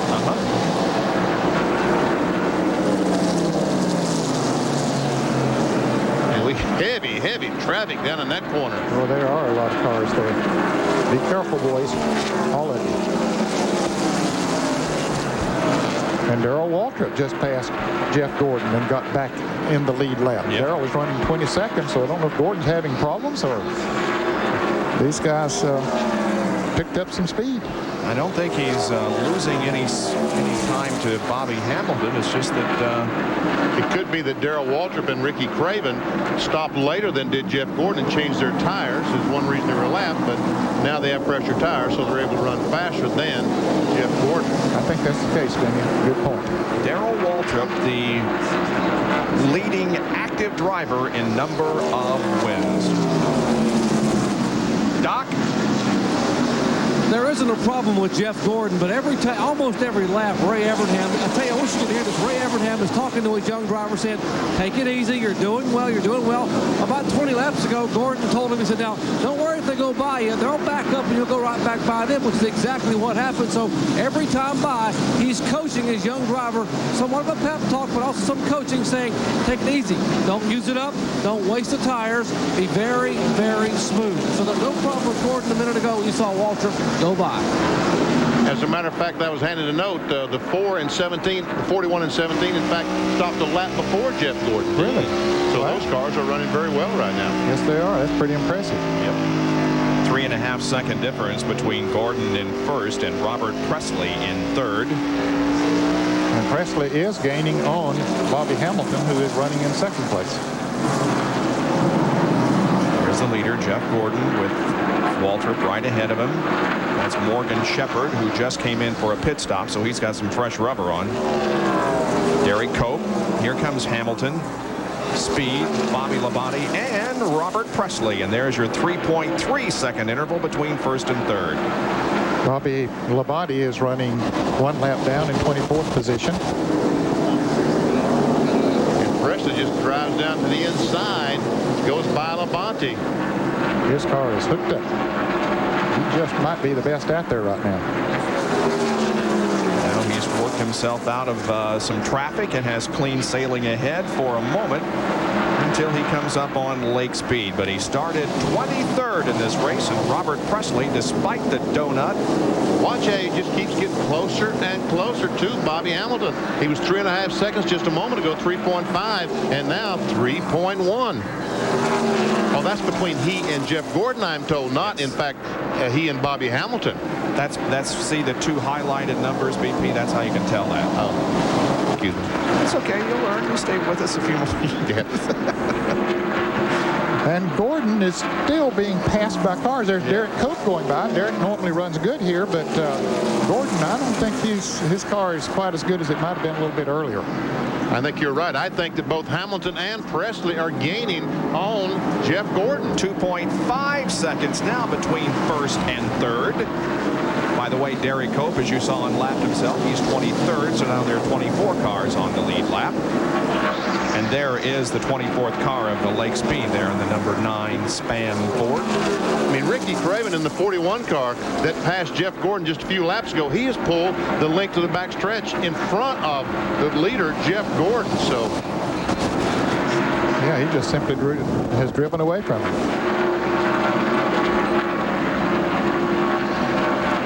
So Robert Presley comes up now on Bobby Hamilton, as Presley is running third, looking for second, and also looking for the lead that's being held by the 24 car of Jeff Gordon.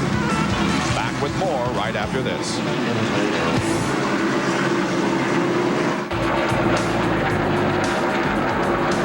All right, thank you, Mike. Needless to say, it was nice to have you with us again down in Daytona. The season moves on, however, and our live coverage of Winston Cup Racing is now underway in 96, and we have a new leader of the Pontiac Excitement 400 at Richmond International Raceway, and here's how it happened. That's the 12 car, Derek Cope and Ernie Irving, the 28. They get 24 off the gas a little bit, and Bobby Hamilton goes by the STP Pontiac once again in front. So Bobby Hamilton goes back to the lead from his third starting position.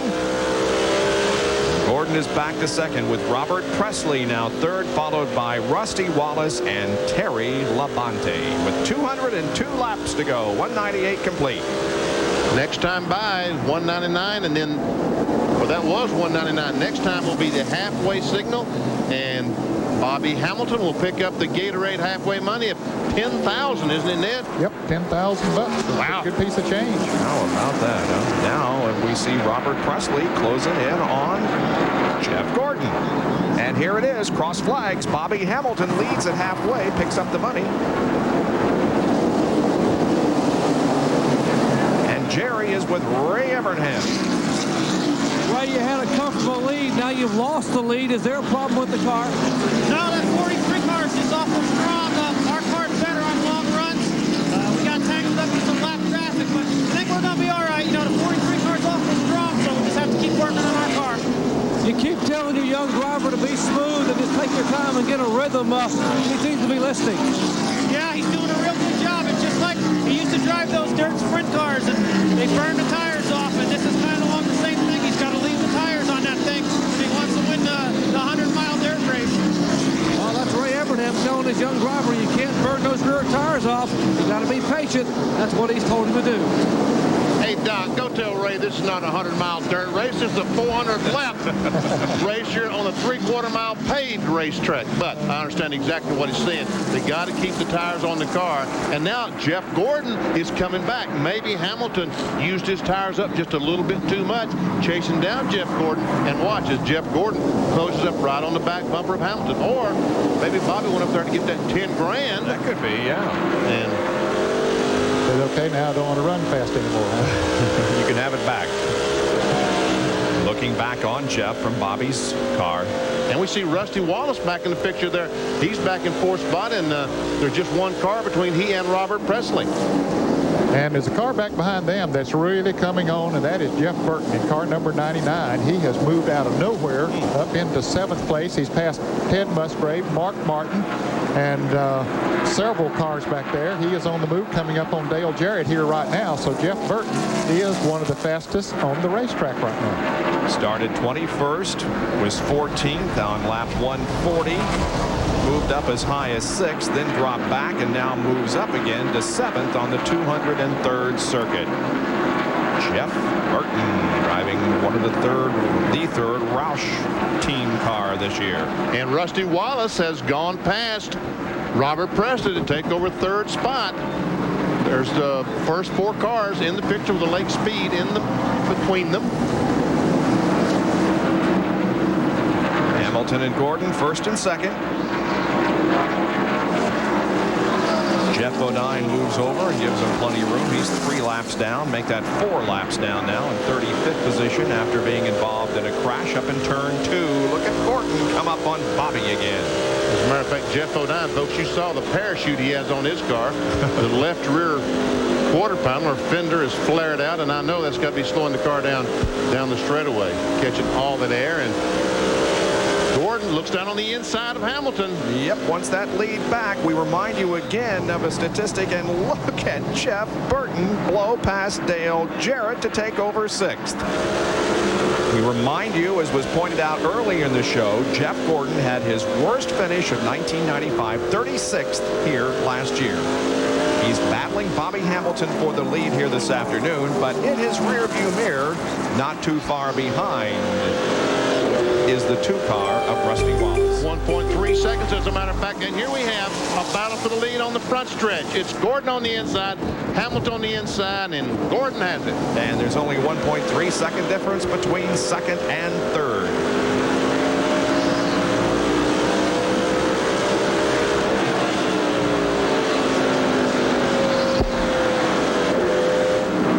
Bobby's going to look and see now, where did he pick up that speed that he didn't have when I passed him there a while ago. He probably rode along behind Bobby Hamilton and saw the line that he was running and say, hey, maybe that is a little bit better. So cooled his tires a little bit and came up there and went right back by. It's less than a second interval now between Hamilton and Rusty Wallace, down to 0.8 of a second.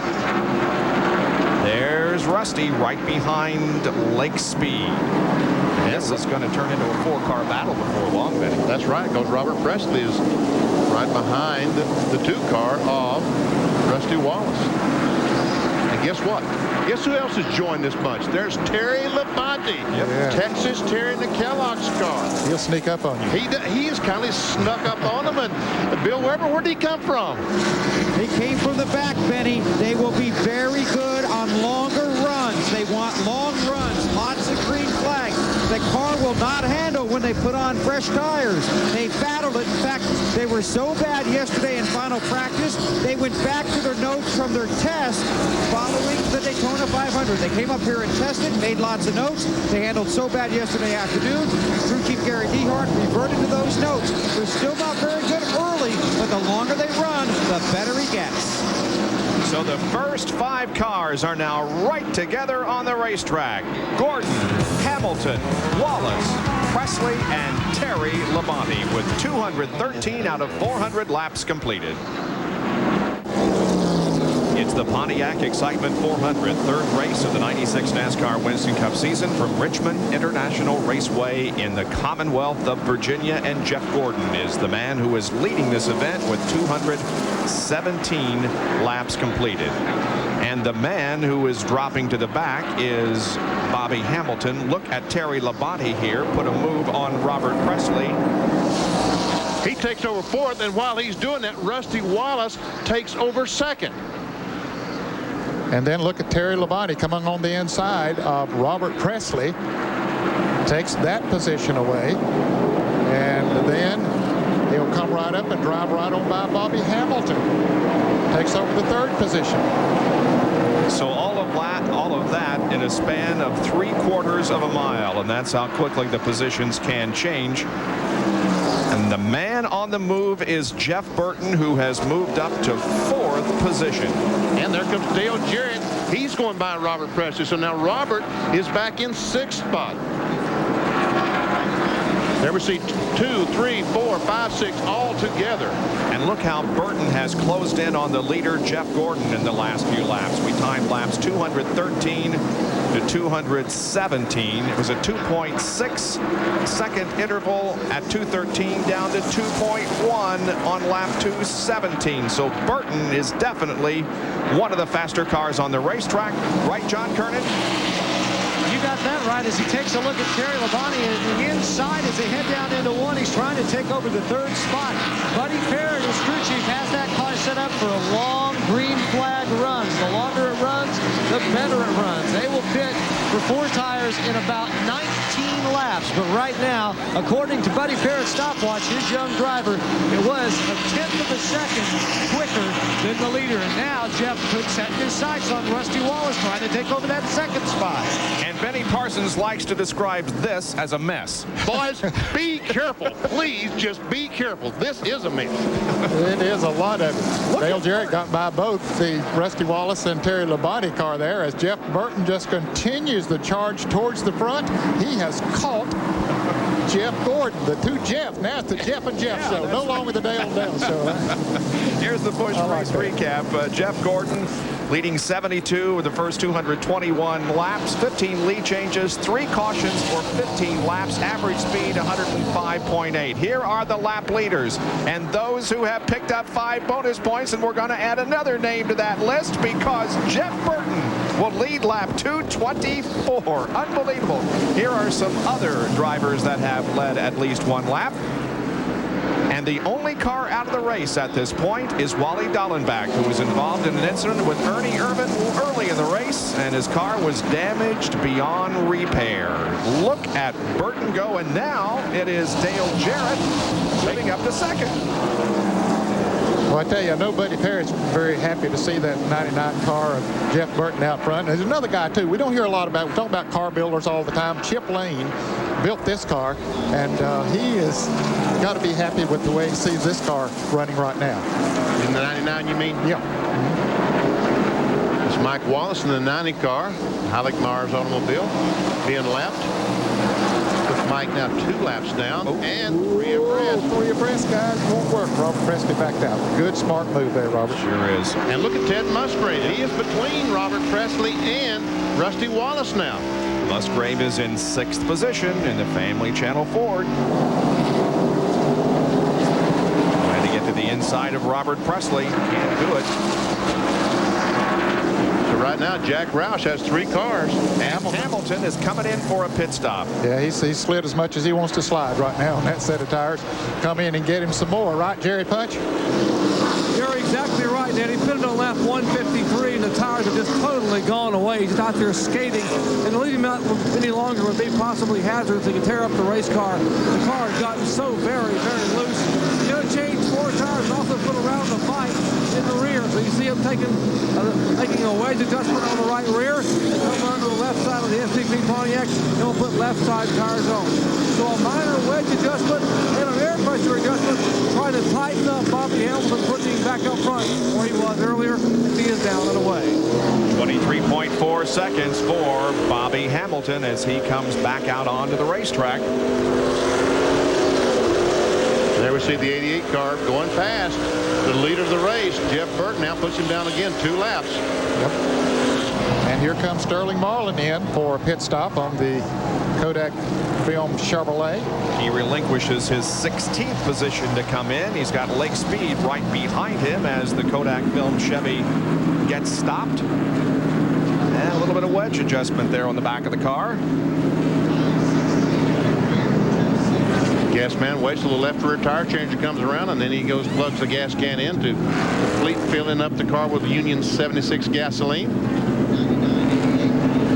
And again, the teams are helping us out with their overhead cameras. This is the second year that they have cooperated with us and provided those overhead shots. It's really a good way to see how good the crews can change those tires and get the fuel in as Marlin goes back out on the racetrack again, keeping the car under the yellow line until he gets to the backstretch, and then he can pull out into traffic. Here is Terry Labonte racing with his teammate Jeff Gordon. That's how they started this race. That's the way they were when the green flag dropped, and here they're racing 3rd and 4th.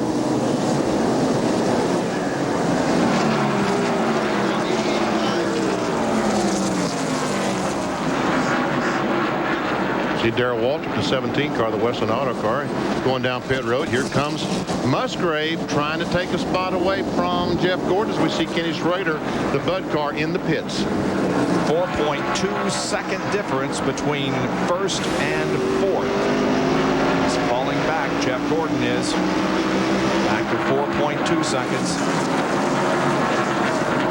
Musgrave drives up on the outside, and Mike Wallace is just chomping at the bits because he has fresh tires on. A little bit of contact there maybe, huh? And we see Johnny Benson obviously with fresh tires. He goes by as Mike Wallace also. Now it's a 5-second interval between 1st and 4th as Dale Earnhardt comes in for a pit stop. He was running in 12th position. Very slowly at 45 miles an hour down through pit road and finally arrives for the Richard Childress crew to go to work on the car. Here's Doc. Right side tires going on the Goodrich Chevrolet. They already have finished the right side. They will come around to the left side of the car. Remember, Earnhardt had a major problem with the car being too tight before. They made an adjustment and now make another adjustment in the right rear of the car.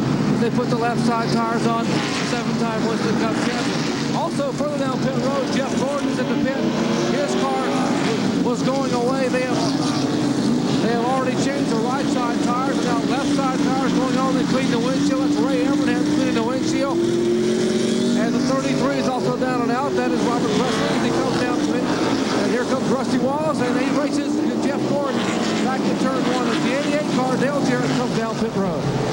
Terry Labonte is on pit road getting service on the Kellogg's Cornflakes car. Here comes Musgrave and Martin. There goes Terry out of the pits. Crew changing the right side tires on Dale Jarrett's car. The 99 car relinquishes the lead. Jeff Burton gives it up. Okay, I'm And Mark Martin is also in. Work is going on the right side of that car. John Andretti is also getting his stop. Jeff Burton, meanwhile, let's see how they're progressing. They're on the left side of the car. Bobby Labonte has a problem. Couldn't get into his pits. It's going to be hard pressed to get out of that pit the way he's parked. Now Mark Martin is leaving his pit. John Andretti is rolling, so is Jeff Burton.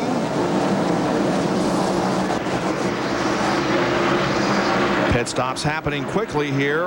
The leader is Bill Elliott. He has not made a pit stop yet. There he is. Now, Bill was one of the last ones to stop before when they stopped on green flag. He and Ricky Rudd. Ricky Rudd is coming into the pits right now in his tied Ford as Bobby Labonte does get out of his pits and goes back down pit road. There's Michael Waltrip moving around Bill Elliott. Michael is 4 laps down in 31st place. I guess that'll put him 3 laps down now. Elliott stays out there, but look at the traffic jam. Man, here's Bobby Hamilton leading Rusty Wallace. There's Jeff Gordon, Robert Presley. All these fellows have made pit stops and have these fresh tires. They're all in some heavy traffic now. There's Rick Maston. Man, let me out of the way. Jeremy Mayfield is in this mess. So is Brett Bodine. There's Jeff Burton. Presley is up alongside Gordon again.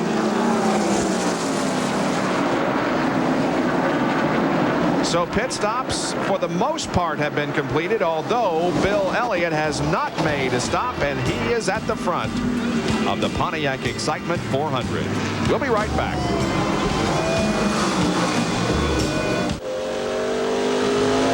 Elliott still leads here in Richmond, while we remind you that on ESPN2 you can see the Grand Prix of Australia, the first Formula One race of the year, this Saturday night at 10 o'clock Eastern Time. That's on a new circuit in Melbourne, Australia. Saturday night, 10 o'clock on the Deuce. That's live. There's that much time difference between Sunday afternoon in Australia and the United States. Okay, we're looking back from Bobby Hamilton, who's running second. On third place, Rusty Wallace. Now, right now, Bill Elliott will be coming in the pits fairly soon, but I tell you what, this is one heck of a great stock car race between these cars are so evenly matched. And finally, Elliott goes to pit road in the McDonald's Ford. So that means that everybody has now made his pit stop, and Bobby Hamilton goes back to the lead. Doctor, he's headed towards you. And guys, the reason they left Bill Elliott out the pit on lap 250 is by their calculation. They tell me he will not have to stop again unless we get a caution flag. They're going to roll the dice and gamble. This will be the last stop he will make under the green. They feel their fuel mileage is good enough they can make it 150 laps. That's going to be awfully close, but hey, this guy has Mike Beam as the crew chief, and Beam has been awfully good at calculating fuel over the years. Left side tires are on, and he is down and away 20.9 seconds. Jerry, he's going to have to stop again. He has only gone 86 laps since the last time he pitted. He cannot run 150 laps on the tires. We've seen today that the tires just wear too much to run 150 laps. All right, Bobby Hamilton still is your leader now. Rusty Wallace second. Robert Presley, Terry Labonte, and Jeff Gordon make up the top 5. Well, you say Jeff Gordon, let me tell you, that's being contested as we speak. I think maybe it's going to be Dale Jarrett. See? Yep, you're right. Now let's show you a Fram Field summary showing that Jeff is in 5th, but as we say, he and Jarrett are contesting the position at the moment. And Musgrave right behind them and watches and waits and hopes he can get on the inside of Jeff. Now, as we see Musgrave try to make that move on him. We talked about Jeff Burton, how fast he was before they made those pit stops. Apparently, his car really works on the long runs because he came out of the pits in front of Dale Jarrett. Well, Jarrett has passed him and driven on away right now, although he's beginning to pick up the speed now as he gets on the inside of Jeff Gordon. But it just seems to take Jeff Burton's car a little while to come in on those new tires. It looks like that Jeff Gordon might be the guy this car is not quite right after this last round of pit stops because he has lost 3 or 4 spots in the last few laps. John Kernan? Well, after that last round of pit stops, I went up to ask Buddy Parrott just how good a shape they were in about the long runs and stuff. Well, Buddy just looked at me, held up his thumb, said, hey, we are okay. They are set up for the long runs, as you said, so watch them. Once they get in after about 15 to 20 laps, that's when it seems that car wants to really take off. Buddy John, I'll be watching, trust me, because I ain't going no place. This is a great car race. It really is. We've got 22 cars that are still on the lead lap. Now, when a car on the wall is Jimmy. Well, I don't think he hit the wall, Bob. He slowed dramatically coming off of turn 2 over there and just drove up high to let other cars go under him. I don't think he got into the wall, but something, I don't know what happened to Jimmy Spencer's car, but all at once it just slowed down because he was really moving there, even though he's 4 laps down. Yeah, it hasn't been as good a week as it was last week for Jimmy Spencer. Here it is again, Ned, and you see car go up the hill. How close did he come? No, he stayed off of it.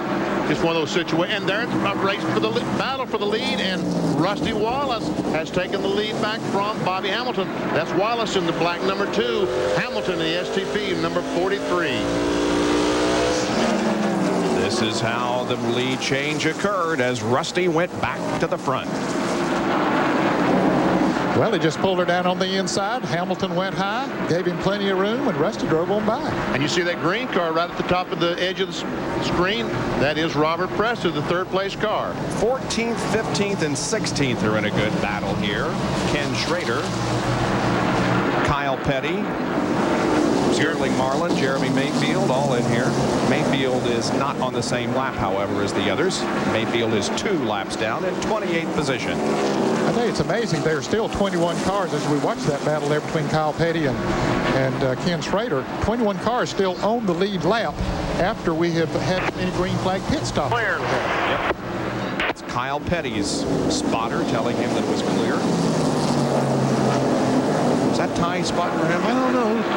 By the way, if we look at this, I got to say hello to Felix Sabatas III. He outside. He's telling that Sterling Marlin's on the outside. He had a son Friday. Chani and Tracy had a son, so it's Felix the 4th. Okay. Well, congratulations. 4. And let's go. Look at him in the wall. He saved it. He's out of there. He just grazed the wall, but Marlin saved it, and you heard the spotter say he's out of there. Man, boy, he did a great job. He did. Benny, we also want to say hello to John Darby. He's a NASCAR official, works in the Busch Series, handles the engine inspection for the Busch Series. John had surgery on Friday in Rockford, Illinois, and I certainly hope that everything goes well with John. John, get better quick and get on back here. So a miraculous save by Sterling Marlin up in the first corner. I tell you what, I thought he was in the wall. Watch this. He goes in the corner a little bit too high, gets up in that loose stuff, and ain't no way. Ain't no way he saved that car, but he did. Here's another angle. And Benny, as you pointed out many times, once you get up there in the marbles where that loose rubber is, there is no traction. It's just like ice, but he dirt tracked it right around. Great job by Sterling Marlin. That dropped him back to 17th. He really didn't lose a whole lot of positions because of that. So Sterling is still on the gas. We'd also like to express our condolences to Linda Holdeman and the Holdeman family. Roger, the owner and operator of Winchester, Indiana Speedway, one of the feature tracks on ESPN's Thursday Thunder, passed away this past week. And Linda has asked that in lieu of flowers, donations be made in her husband's name. And those donations will be directed toward charities, which Linda and Roger were so active in. So our condolences, and again, in lieu of flowers, donations should be made to Linda Holdeman at Winchester, Indiana Speedway. You know, we probably should be saying hello to Loy Allen, who was banged up last week at Rockingham and did not come up here in the 19 car. Dick Trickle drove the car. They did not make the field, so but Loy Allen get... yeah, he was released Friday, Benny. Loy was, so we're sure you're watching Loy, and we wish you our best, and hope to see you back at the racetrack very, very soon. Down here is Dale Jarrett and Robert Presley going at it. Jarrett takes over that 3rd spot. His car's on the move right now. He's running very good. Blake Nick Speed has gotten a lot of coverage today, hadn't he, in that Spam car? Not because he's been up front, but he always seems to be where our cameras are. Well, he's been in the middle of this battle all for the last 100 laps. He's in 21st, a lap down. Yeah, just went a lap down not many laps ago, so he's been teetering on being a lap down, so he's been right up there with the front runners. And there is second and third, Hamilton and Jarrett, with the lead being held by Rusty Wallace, looking for his 6th victory on the 3/4 mile at Richmond International. Pontiac Excitement 400, 253 laps under green and only 15 under the yellow so far. So we'll take a break and be back with more of our live coverage here on ESPN of the Pontiac Excitement 400. Wallace leading at Richmond.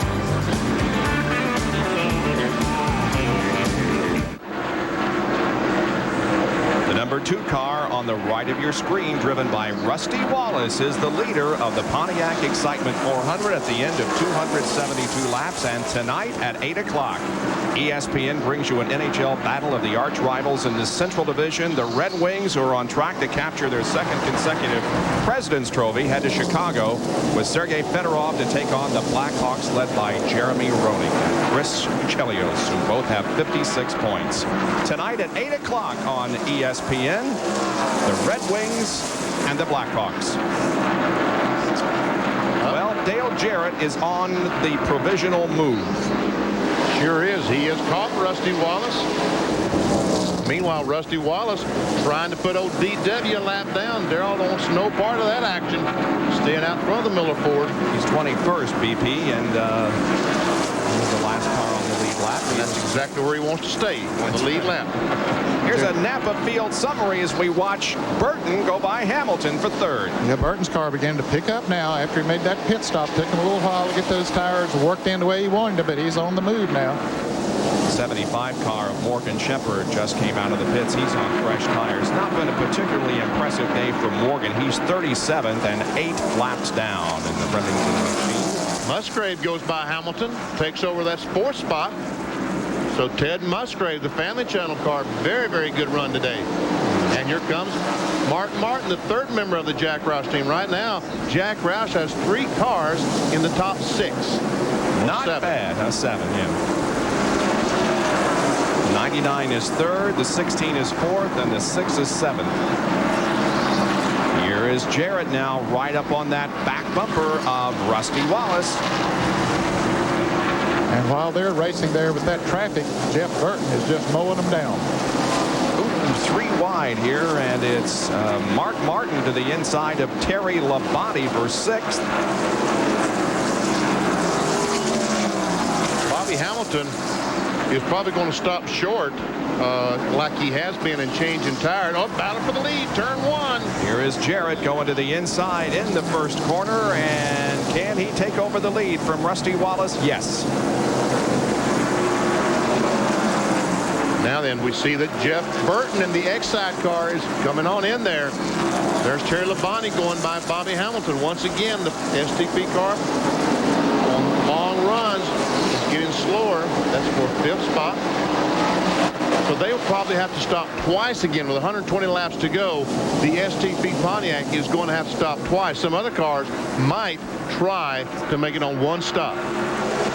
You know, that it'll be interesting to see if they can go on one stop, Benny, but there's a couple of those drivers that we've been talking about good on long runs, like Jeff Burton and Dale Jarrett. Their car seems to be better after they run a while. They wouldn't mind seeing this thing stay green, I believe. Okay, Burton is right behind Rusty Wallace. And there's Morgan Shepherd, as you said, with the fresher tires. Now, finally, Rusty pulls up on the back, and Jeff Burton just turns left and tries to get alongside Rusty. Well, Darrell's giving them room up there on the outside to race, but with those hotter tires, it's hard to race up there on that outside.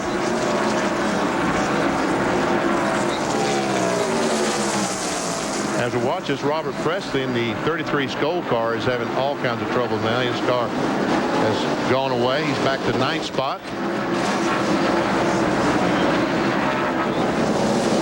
You see that on your scoring pylon, the positions changing.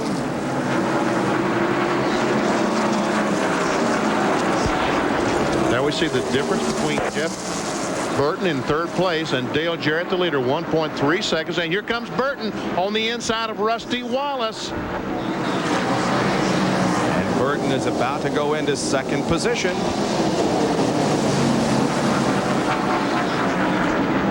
Jeff Burton led 15 laps earlier. In all of last year, he only led 2 races for a total of 4 laps. And he is in second right now, a second and a half behind Dale Jarrett.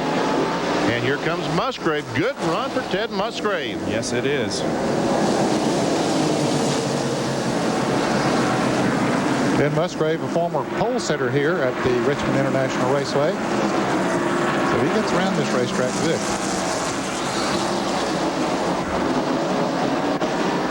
Dale Jarrett is running some heavy traffic up there. Cars running side by side, but he's going to make it 3 deep going into turn 1. Who's going to come out of that? I'm looking at something you're not seeing on the screen, folks. Sorry about that, but you know, got a little personal interest there. Here's a battle for the 3rd spot. Ted Musgrave is on the move. He started 15th. He's been as low as 17th, as high as 3rd, and he has now moved into 3rd position because he just passed Rusty Wallace. He hasn't led a lap, but he's darn close. And it's only a second interval now between 1st and 2nd. Jarrett and Burton. The problem Burton has right now, he has traffic in front of him. There we see, oh man, there's a mess. The 33 car, the 43 car, and 22 Ward Burton. MBNA car joining that battle. All battling for position, 33, 43, and 22. Yeah, that's 8th, 9th, 10th, 11th. 5 Fords up front. This is the first time that Dale Jarrett has ever led at Richmond International Raceway, but he is out front right now with 288 of 400 laps completed in the Pontiac Excitement 400. Stay with us.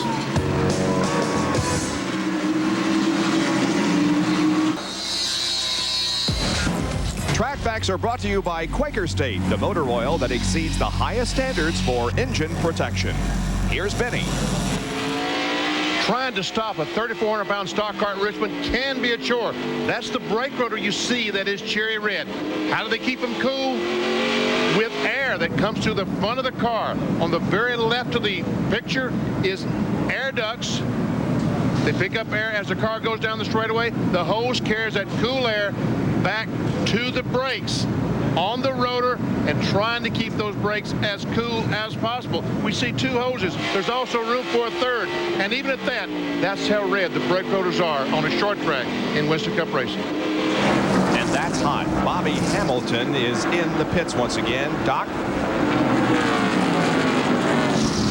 And Bob, I don't think they're going to be able to make it on this final stop. They're going to have to come in at least once more. They're just getting some terrible tire wear up front, and they are down and away. They've changed all 4 tires, and he is down and gone. Meanwhile, other pit crews are thinking about trying to make it on one more stop, including Ted Musgrave. They want to pit on around lap 320. That would mean they will have run 80 laps on tires and have 80 to go. We have a good battle shaping up front as Jeff Burton has caught Dale Jarrett. The Roush cars are now 2nd, 3rd, and 4th. Now hold on, maybe we'll make that 1st, 3rd, and 4th, as indeed Burton has taken the lead from Dale Jarrett. Here's John Turner. And Bob, Buddy Parrott and the crew want to do the same thing. They want to stretch this for 22 more laps, then come in, get a set of tires on, and go to the end, because if you just witnessed, that car runs great on these long green flag runs. In fact, they've got just a little over 62 laps on that set of tires right now. So Jeff Burton is back out front, and while in some Winston Cup races you can tell who's going to win a race at this point, there is about 8 or 10 guys who have a very good chance of winning this race with 100 laps to go. Bill Weber? Well, these guys down here in the 88 pit seem to feel Dale Jarrett could be one of those guys. They're also a team that's getting excellent tire wear, as Ned pointed out, good on the long runs. This team will make one more stop. Right now, the Ford car making its stop, but the 88 bunch, Dale Jarrett, one more stop, try and race to the checkers. Sterling Marlin still in, getting tires on the left side of that car. He's away now as we watch the second place car of Dale Jarrett. There's Sterling moving back out onto the racetrack. Kenny Wallace was in for a pit stop. He's 17th, a lap down. There is second place Jarrett. And there is Kyle Pitt, just completed his work. Rusty Wallace is in. He fell back to 7th, but now is in for a pit stop. Dale Earnhardt also coming down pit road. Earnhardt is still back in 13th position. He's been in 13th position for a while. All of this coming with just a little less than 100 laps to go. Right side tires being changed on the Miller car. Here's Jerry Punch. Both the 3 and the 2 car pitting about 1 pit apart. They've already put right side tires on Rusty Wallace's car. Now left side tires going on. A major chassis adjustment for the Goodrich Chevrolet. Their car was really tight in the middle of the corner and loose coming off as Rusty has already exited the pits. And now the left side tires are on the Earnhardt car. He is down and away.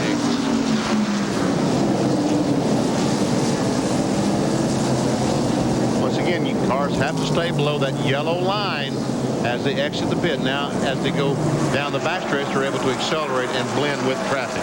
Rusty Wallace has a problem. Now maybe he's getting to going, but he was really went high in turns 3 and 4 up there as if the car maybe had quit, but now he's picked back up. But he definitely, I guess when those cold tires went into turn 3, it just went a little high with him.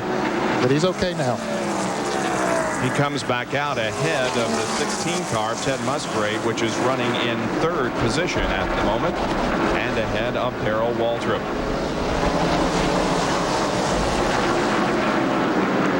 He has 13 top 5s in 24 starts here at Richmond. Rusty Wallace does. Boy, that is amazing. Quite a short track driver, and this is one of his favorite short tracks.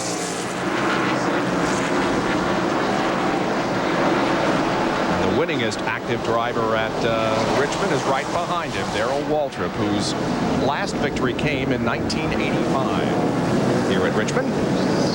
Now, Rusty went 2 laps down when he made that pit stop, but he's not far behind the leader, Jeff Burton.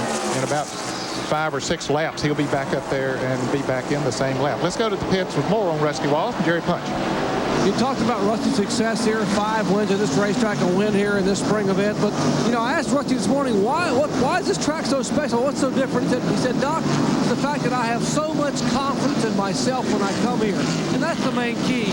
A driver has personal confidence. And I feel like when I come here, no matter how bad my car is in practice or qualifying, I feel like when the green flag drops, I can win the race. And that's just a tremendous amount of confidence in a driver. And Benny and Ned, that makes a big difference. A driver believing in himself that he can win. As both the 6 and 16 head down pit road. Robert Presley just completed his work, and now, as you indicated, 2 of the Roush cars are in, while the other one continues to lead. Musgrave and Martin are on pit road. And the reason that it takes 2 laps for these cars to pit, as you see them coming down the long pit road, about a 50-mile-per-hour speed limit. They cannot exceed that speed, and that's why it takes so long to come down through there. Meanwhile, the cars are on the racetrack running 125 miles per hour. Yeah, this is a long pit road here at Richmond. Everyone pits on the front stretch. And it just takes a while to get there, as you see Mark Martin getting that service. Meantime, Rusty Wallace has passed Jeff Burton, so now he's only 1 lap down and the distance around the racetrack. There's the leader, Jeff Burton, whose brand new Jack Roush team has finished 5th at Daytona and 13th Rockingham. Here he comes. Leading here today, and now he drops down off the 14 degrees of banking, heading for pit road. This has to be earlier than he wanted to, isn't it, John Kernan? Well, they wanted to stretch it up to lap 320, but after they saw some of the other cars who could have taken on tires, looked at their stopwatches, Buddy Parrott made the executive choice. They're coming in for 4 tires. No chassis adjustment as of yet. Right side work is done. Around to the left side. They'll jack it up. 1, 2 pumps. Now the car full of fuel. Fuel is not the problem. It's tire wear. Jeff Burton sitting here waiting. Jack goes down 2.1 seconds, but that would be 87 laps to the end. see Terry Labonte, the Kellogg's car, stopped. Again, they're going to have to run 87 laps, and I think the only car that can do that is Bill Elliott. Here comes Dale Jarrett down pit road, so he's got to go 87 laps to the end. Jeff Gordon is also in. Here's Bill Weber. Dale Jarrett eases onto pit road. There's a piece of paper on the front of the grill. They get that right away. Go around to the right side. They'll make sure to get every ounce of fuel in this car. Clean the windshield. Right side tires are on. Come around to the left side now. Slide the jack in. Up goes the car. Off come the left side tires. They yank out the left rear and the left front. Fold on 2 new ones. Waiting now for the car to drop. It's down and DJ's away to Dr. Jarrett. Thus far, no chance adjustment whatsoever on the DuPont Chevrolet and Jeff Gordon. They've only changed right and left side tires. And Ray Evernham said, we're going to be patient. Our car will be there at the end. There's up the jack, and he moves away. So that is going to give the lead back to Bill Elliott, who once again is one of the last to pit. Here is Ricky Rudd in for a stop in the tied Ford.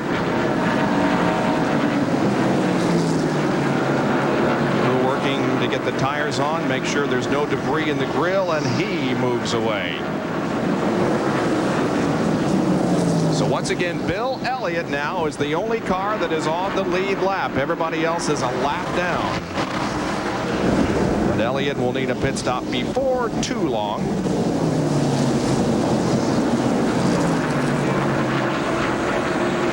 316 laps have been completed here at Richmond, and the Pontiac Excitement 400 will be back right after these messages. Back at Richmond International Raceway, something's wrong with Dale Earnhardt. Yeah, he's definitely has slowed down the last couple of laps, Bob. Saw some smoke there a little bit ago. I don't see smoke right now, but something is going on in the pits there with the official. That was Richard Childers talking to his crew. Let's go to the pits and Jerry Punch. Well, the official was just telling Richard Childers your car has smoke coming out of the right front. And Richard said, we think it's a problem with the brakes, possibly the brake caliper on the right front. So they're trying to decide what they're going to do, but obviously not a very good sign for Dale Earnhardt. He's dropped back to, 14th position right now. Meanwhile, Bill Elliott's still out there circling the racetrack. He hasn't made a pit stop. He's got a lap on the field right now. He's just hoping for a caution. Here are the cars that are a lap down. As you see, Bill Elliott, because he has not pitted yet, he's on the lap by himself. Everybody else through 14, a lap down. Now he comes into the pits right now, Bob, so that'll change. Yep. Bill stayed out there. Now he can go the rest of the way. He only has 76 laps to go. Jerry Punch is heading down towards you. And then he pitted on lap 250. That's 75 laps to go, and he has exactly 75 laps to make it to the checkered flag. So Bill Elliott possibly trying to get a win here in Richmond, Virginia, his second career win ever. He won it here in 92 from the pole. Right side tires going on the McDonald's Ford Thunderbird. Mike Beam and crew get it full of gas. A lot of gas being spilled out here on the left side of the car. Apparently it was full. Now left side jack under the car. Lug nuts off, wheels and tires are off. Fresh Goodyear tires going on, and they pull the jack, knee is down, and smokes the tires 22.5 seconds. And I tell you what, we just about had ourselves a little crash over in the second corner. We did. Yeah, watch this. Another mess, right? Yeah, another mess. Watch, that's Dave Markison, the 71.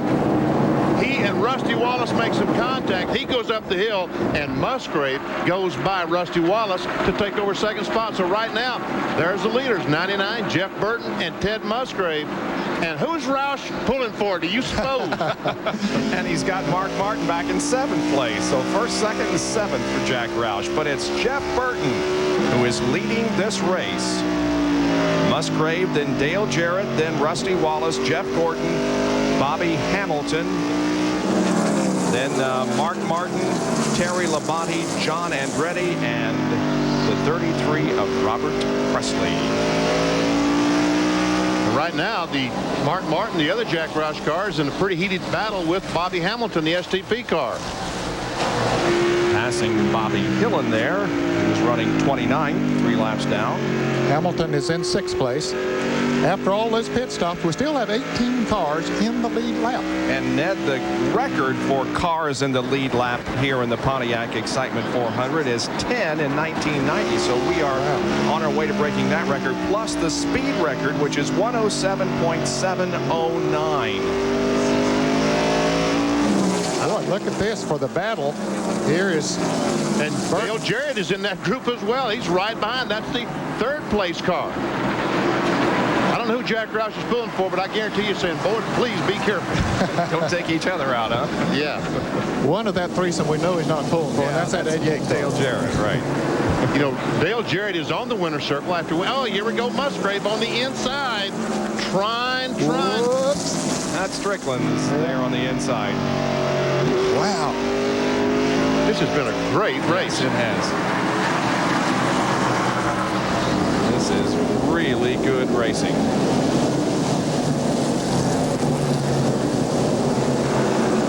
Meanwhile, as they follow the 8 car of Huss Strickland the last lap, you see Dale Jarrett has closed up right on the back bumper of Musgrave.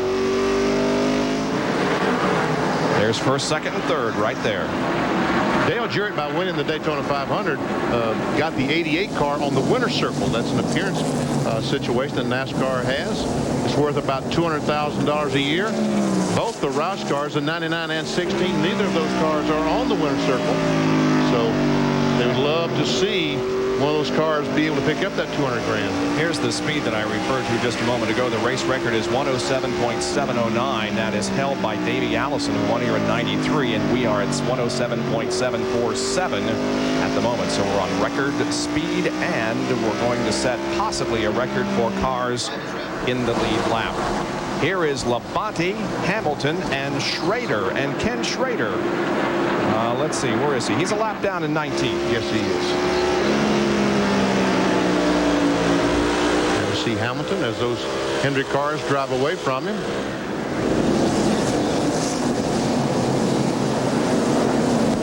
The 37 car now is in the same lap with 43 and has gone past him. He's got a top 10 finish going here, John Andretti does. He is 8th. And started way back. Yeah, and the 90 car, by the way, there is 28th position, 3 laps down. Mike Wallace.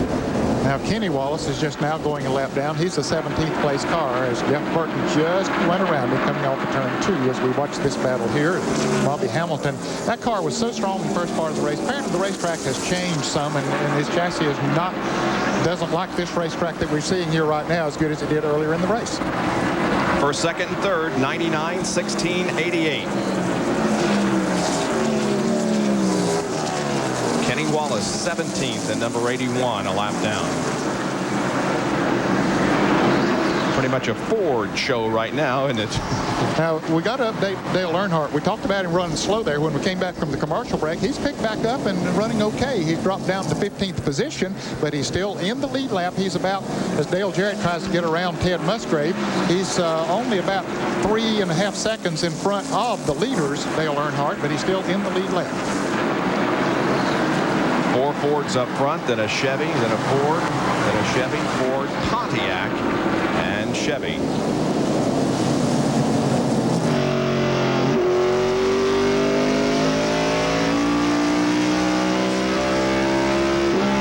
Musgrave watches as Dale Jarrett just drives away a car length or so, and Jarrett on his way to try to catch that 99 car of Jeff Burton. 338 laps completed out of 400. We're in the closing laps of the Pontiac Excitement 400. Right now, it's Jeff Burton up front. ESPN Speed World coverage of the Pontiac Excitement 400 from Richmond International Raceway, being brought to you by Firestone, America's tire since 1900. By Western Auto. Get serious. Serious parts at serious savings. And by Quaker State, the motor oil that exceeds the highest standards for engine protection. And again, behind our billboards, we're showing you some of the sites that you can visit when you come and see a race at Richmond International Raceway in the beautiful Commonwealth of Virginia. There's your leader, Jeff Burton. There's second place, Dale Jarrett. Yes, You know, Todd Parrott has been getting a lot of recognition for the success that he's had with Dale Jarrett this year. I guess we're going to start talking about his dad, aren't we, Ned? Yeah, I tell you, Todd Parrott, of course, we talked about the success that Rusty Wallace has had on short tracks. Of course, Todd Parrott had worked with Rusty for years and years and years. He brought a lot of that short track knowledge over to the Robert Yates Quality Care Ford team, and I think that's one reason that we're seeing Dale Jarrett run up front here today. That he said it was the first time he led a race here at Richmond. And also Buddy Parrott, who's the crew chief on the 99 car, worked with Rusty Wallace as well. So absolutely, we're spreading the wealth all through the field. Let's talk about pit strategies from here on. We'll start with John Kernan. Bob, I tell you what, Buddy Parrott looks like he's extremely anxious to get this one over with his young driver out there. He came down off the box, talked to one of the NASCAR officials. I stopped him and said, can you make it the rest of the way without stopping? He said, yep, that's our plan. We don't plan on stopping one more time. We're going to the end. Let's go down to Bill Weber. Same strategy down here. Dale Jarrett, Todd Parrott, they're going to the finish. They're not going to stop. Todd sits high on the box, calling out lap times to his driver, watching the cars go around in circles. Got a visit from Larry McReynolds about 50 laps ago, a short conversation, then Todd went right back to business. They think they're in good shape, good on the long runs, hoping to bring home the checkers. Further down pit road is Dr. Punch. And we'll make it 3 in a row down here. Howard Comstock, the crew chief for Ted Musgrave, said, hey, our tires are going to be absolutely gone, but we have no choice. We want to win our first race for Musgrave. We will be slipping and sliding and dodging the concrete those last 5 laps. But we plan on. It's out the window, Jerry. We got a caution as Darrell Waltrip has crashed here on the front straightaway. Leader's coming off 4. Leader's got it. Leader's a 99. The 7 and the 29 are legal, Elbow. The 7 and the 29 are legal. Cleanup truck, come on out and get ready to come over here. Big sweep truck, come on out. David Hoos, the NASCAR official, telling Elmo, the pace car drivers, we see Darrell Waltrip driving away with some damage to the Western Auto Chevrolet. And Bobby Hamilton was on pit road when the caution flag flew. He did not stop. He went through the pits and retained his position on the lead lap. Well, that was a break for him. Darrell was running in 20th position when the trouble happened. Let's see exactly what did. Looks like maybe somebody got into him. Who was that? Wow. Couldn't tell who it was. Anyway, we have a lot of activity on pit road building. Here's John Kernan. Well, Jeff Burton is in. They will change 4 tires. I haven't seen them make a chassis adjustment here in the second half of the race. Don't anticipate they'll need one now. They're finished around on the right side. Jack is down. Oh, it looks like the left front tire changer, the hose gets caught momentarily under the front air dam. But now they'll come around. Just a little bit of a miscue right there. And Jarrett is in. Let's go down to Bill Weber's. Jeff Burton's out. Flawless pit stop for the 88. Dale Jarrett beats out the 99 car. He's on his way. 16's on pit road, Jerry. And a flawless 4-tire change. This Musgrave crew, they are jumping up and down and celebrating. What a tire change. 18.9 seconds. I had them on my clocks for 4 tires. And with that kind of change, guys, they have reason to celebrate. Well, that was a great pit stop, Jerry. No doubt. Anytime you get under 20 seconds now, the fact that they can only use 2 air wrenches, that is a great pit stop. But Jeff Gordon made a good one too, Benny. Yeah, he's the leader of the race right now. And there's the damage on Darrell Waltrip's car as he comes down pit road. And we'll take a look at what happened again. And it looks like it was Ward Burton that may have had contact with Darrell there coming out of turn 4. Yes, he hit him in the left rear, touched him in the left rear as he came off the corner. And as Darrell was trying to get straightened out, got into him again. So there are pit stops being made and the track is being cleaned up. Jeff Gordon has assumed the lead of this race and we'll be back in just a moment. Bob Jenkins, Benny Parsons, Ned Jarrett, John Kernan, Bill Weber, and Jerry Punch back at Richmond International Raceway under caution because of an accident involving Darrell Waltrip. And then pit stops that have put Jeff Gordon up front. And this is how they completed their pit stops and came out of the pits. And that's why they're running where they are. Here is Jeff's work being completed on the left side of the car. He's a champion in 1995. He gets that first pit, and we see that he goes across that white line, and that's a determinant factor. So Ted Musgrave will come across second, but it's Jeff Gordon in front. Jeff Burton came into the pits. The leader comes out fifth. Jarrett from second to third. Musgrave from third to second. Gordon made the big move upward from fourth to first, and Rusty Wallace made a movement upward from fifth to fourth. Jerry? Remember, they had the smoke out of the right front of Earnhardt's car where he had melted the O-ring in the right front caliper, and the smoke was from the fact that the brake fluid was leaking out onto the hot caliper and creating the smoke. Now, once the fluid was all gone with dual calipers, he would only have rear brakes, but the smoke would go away. Now, they came down pit road, capped off the right front, filled the brake caliper or the back full of fluid, and now he'll have rear brakes and left front only. Take a look at the AutoZone off-track interval. Jeff Gordon and Jeff Burton.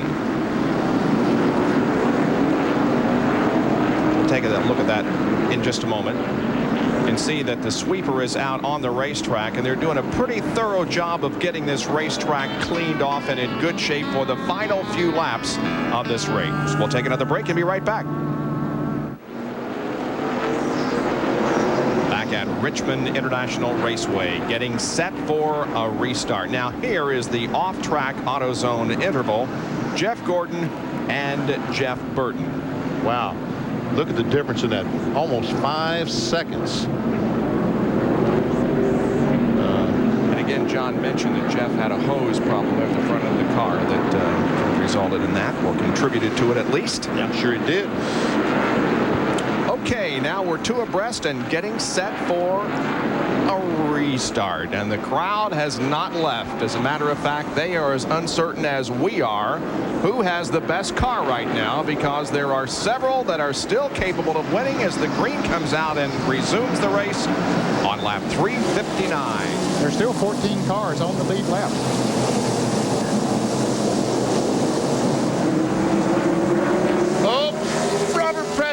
Trying to save that baby. It was a mess though over there. It was a mess. They keep running 3 abreast. There'll be another one too. Meanwhile, as we watch this, Kyle Petty, let's watch and we'll show you what we're talking about with Robert Presley. There we see the green car. He and Jeremy Mayfield make some contact, and Robert does a great job in saving that baby. Boy, that is a great job. Sure did. Okay, now there he is running with Sterling Marlin for 10th place. 10th and 11th, Presley and Marlin. And the question I've got now, Ned, you know, we've talked about how the 16, 99, 88, how much better they run in an extended period. Easy for me to say. 40 laps, is that long enough for these cars to? Yeah, I think so. In fact, that's when Burton and Jarrett seem to be the best, was after they run about 20 laps from there to about 60 laps is when they seem to really be the best. But right now they're having trouble getting through some traffic. There is Ted Musgrave getting through the traffic. Kenny Wallace on the bottom of the racetrack. Dale Jarrett comes along up top, and so does Jeff Burton. Look at Jarrett close in on Musgrave. The car leading the line at the moment, or at least he was until just seconds ago, was Kyle Petty, who did manage to get himself back onto the lead lap in 15th position. But now Gordon in the backstretch has put a lap on him once again.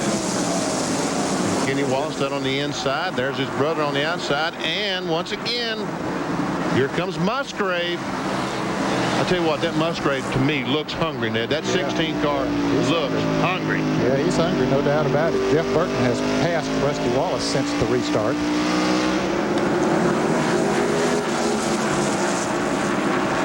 Showing you a Napa field summary. Watch for your favorite driver and see where he is running at the moment. Now, clear racetrack in front of the leader, Jeff Gordon, with Ted Musgrave right behind. There comes Dale Jarrett and Jeff Burton. And Rusty Wallace not too far back. Rusty racing with his brother Kenny, but now he gets on by him. No problem.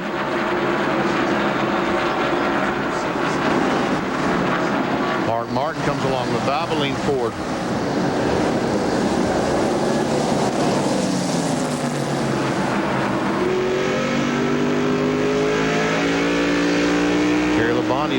directly behind the Valvoline Ford. You're right in along with Mark Martin. The camera on the roof of his car. Terry Labonte, the Kellogg's car, is behind, and that's Rusty Wallace right in front. Rusty running in the 5th place. Martin is 6th, and Terry Labonte is 7th. John Andretti running in 8th spot. Then Bill Elliott 9th and Robert Presley 10th. And there is John Andretti, and he might want to start all of his races back in 38th position. Trust me, he don't. No, he won't want to start. Even though he's having a great run here today. Sure has. He moved into the top 20 very quickly and has been in the top 10 just about all day. There is Jeff Gordon, and he told us on NASCAR Today earlier before we started our race coverage that he was ready to turn the season around, and he may be doing that this weekend. The 33 car of Presley is in the pits, giving up his 11th position to do so. Had a great run all day today, and here it is, just a few laps from the end, and looks like a flat tire. Left rear flat on the Skoll machine, and so and that could have come from, as we see this battle between Mark Martin and Rusty Wallace, or as Mark gets around Rusty Wallace, that could have come from that little skirmish we saw Presley in over there. Could have nicked the tire and caused it to go flat. Now he's gone a lap down. And he's having trouble with the left front. They finally get it changed, and he goes back down pit road. He's going to be almost 2 laps down when he gets back. Whoa, we have a spin over in turn 2. Elton Sawyer. No caution. No caution. No. Earnhardt is fun. Now there'll be a caution. Well, I don't know. We'll see if he gets going. Right in front of the leader. No, Dale Jarrett almost makes contact with Musgrave. Man. Thank goodness for spotters, huh? Man. That was close. Dale Earnhardt has not had a DNF in his previous 17 spring races here at Richmond. Now then, who pits and who don't pit, Ned? Yeah, that's a good question. Let's go to the pits first and Jerry Punch. Guys, the reason Earnhardt had to spin the car, he didn't have any brakes, we were told. He has minimal to no brakes. It was a little bit of rear brakes. And when he came in the corner, the only way he could try to avoid those cars spinning, and Elton Sawyer, was to loop the car himself. Now, Benny, to answer your question, I don't know. I don't believe those front runners will pit. They've run what, about 15 laps or something since they put those tires on. Of course, if Jeff Gordon does, let's see what are they going to do. It's a guessing game here now. Oh, Jeff faked him out. Yeah. So did Ted, but nobody's buying. Now the guys in the back are going to stop. Oh yeah, they got nothing to lose. Those back for Elliott and Hamilton. No, he didn't stop either. Here come Sterling Marlin, Ricky Rudd, and Bobby Hamilton. The cars, the last 3 cars on the lead lap, all are coming in pits. Yeah, that's smart on their part because they had nothing to lose. They can't lose many positions back there, and they'll have fresh tires and might be able to pick up some position. Probably will. And Bobby Hamilton's STP Pontiac, we know how good that car is with fresh tires. So, Here comes Earnhardt down pit road. Jerry? They had told Bobby Hamilton there is no car in this racetrack better for 30 laps on fresh tires than your car. Unfortunately, the race is longer than 30 laps. Well, right now, it is not. The race will be for about 28 laps when they go back in a moment, and he will have 4 fresh Goodyear tires. So what a run it should be. Hamilton gets right side, now left side tires, and he is down to 1. Hamilton moving back out, so is Marlin and Ricky Rudd. Now here is Earnhardt's spin from his roof can.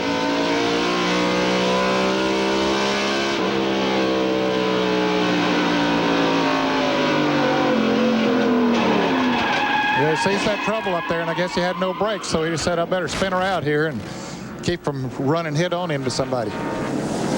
So Dale Earnhardt goes further back down in the standings. He's now 34th, 6 laps down. Back in a moment. Perfect timing once again. The green coming out just as you rejoin us. It's Jeff Burton, Ted Musgrave, and Dale Jarrett. First 3, then Jeff Burton and Mark Martin and Rusty Wallace.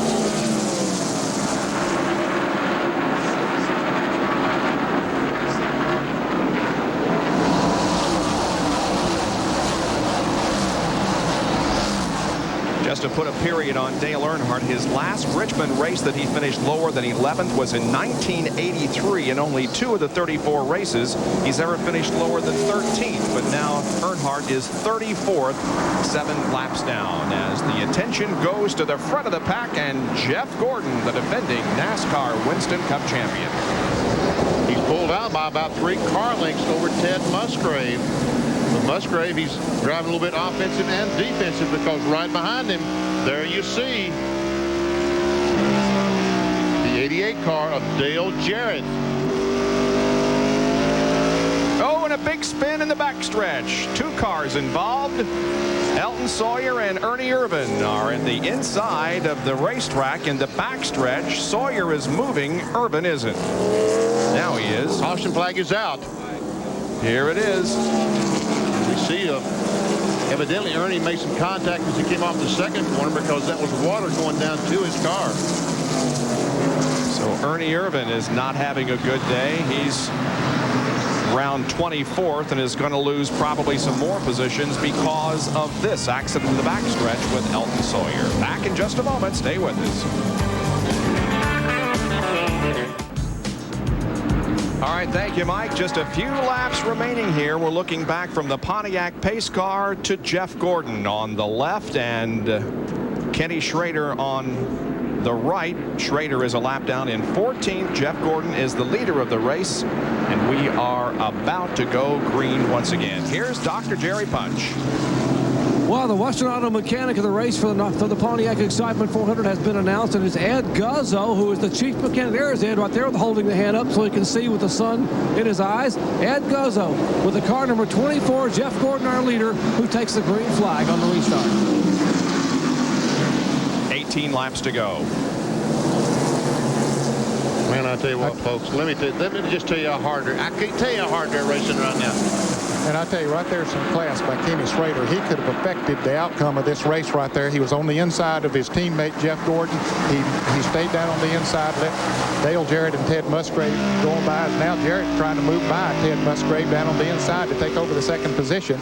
But Schrader definitely could have affected the outcome of this race, but he said, I'm going to let them race for it. Good battle here for second spot. Jarrett is to the inside in 88. Musgrave outside in 16. Jarrett is going to get the position coming off corner number 4. Dale Jarrett, the co-points leader going into this event with Dale Earnhardt, is going to pick up some major points today, and he could pick up a win. He's only about 7 or 8 car lengths behind the leader, Jeff Gordon.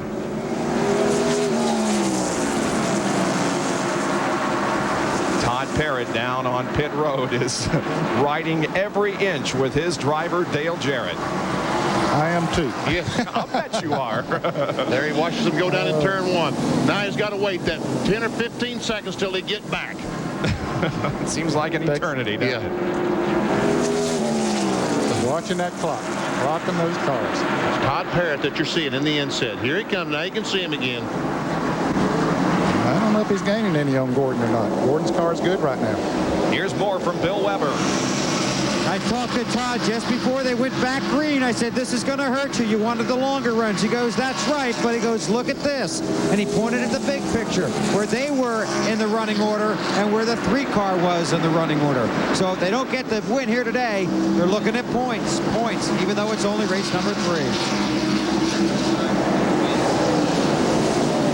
Jeff Gordon has led 100. And here's trouble here on the front straightaway. Jeff Bodine, Dave Marcus is up against the wall. I think Jimmy Spencer is also involved. So we went so long without any cautions or any accidents, and now we've had a rash of them here in the last few laps, as Dave Marcus still, now he begins to roll away from where he stopped just past the start-finish line. Now we could get down in the situation here within 10 laps to go when the race is restarted, which would mean a single file restart. And that will happen because right now there's only 12 laps left. Caution is out once again here at Richmond International Raceway in the closing stages of the Pontiac Excitement 400.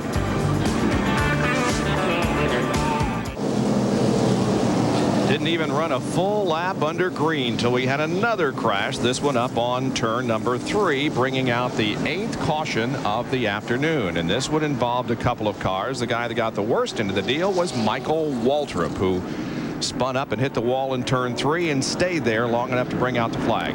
You see Jimmy Spencer, the Smoking Joe car, involved. As he goes around, he continues on in the 75 car. Morgan Shepherd got through there, I believe, didn't he, Vinny? Elsewhere on the track, Bobby Hamilton's roof cam.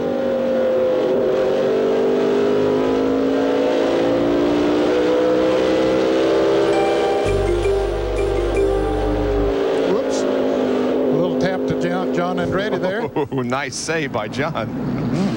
And now we are within 10 laps, so it'll be a single file restart.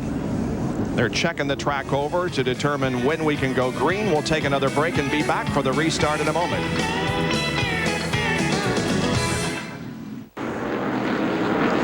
Getting set for a restart here at Richmond. The Pontiac pace car pulls off. Jeff Gordon brings them around corner number 4. They get the green.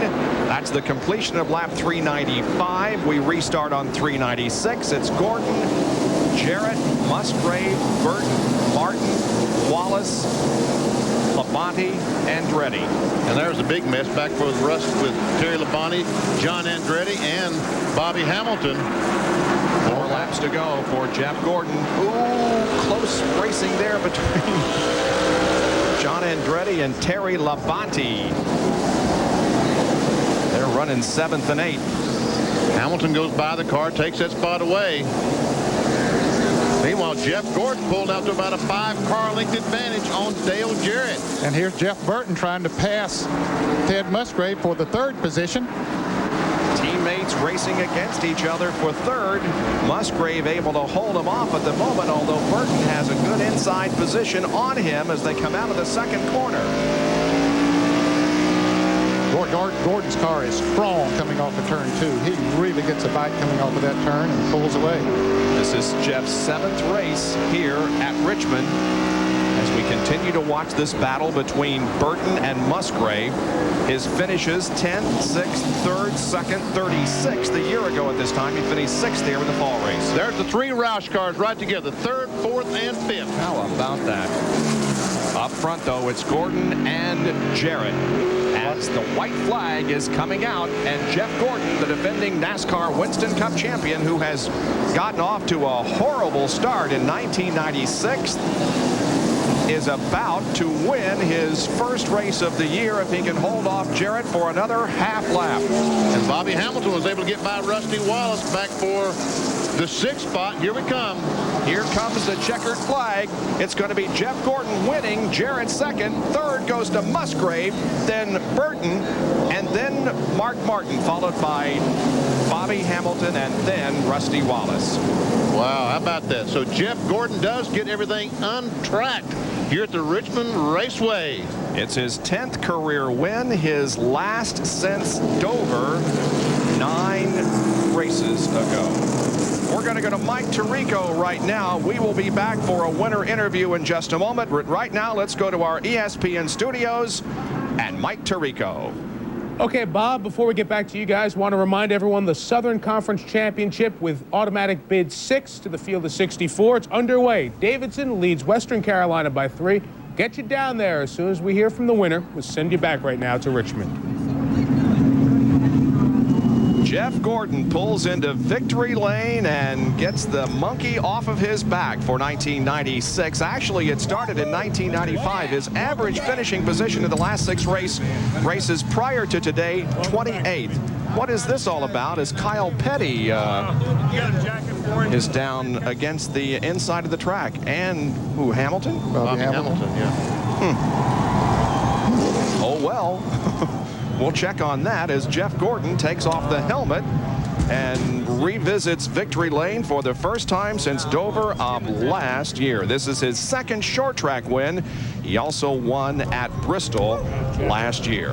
Brought Chevy home in front of 5 Fords and led 124 of the 400 laps here at Richmond International Raceway. Well, let's go down now for our McDonald's Winner's Circle interview. Here's Jerry Punch. And Ray Evernham comes over and gives a big congratulations to his young driver. They talk about, hey, Ray said, I told you if we just be patient, we would be there. As we're ready now, as Jeff Gordon gets ready to climb out of the car, and the fans have crowded the fences to hear. Let's take a listen.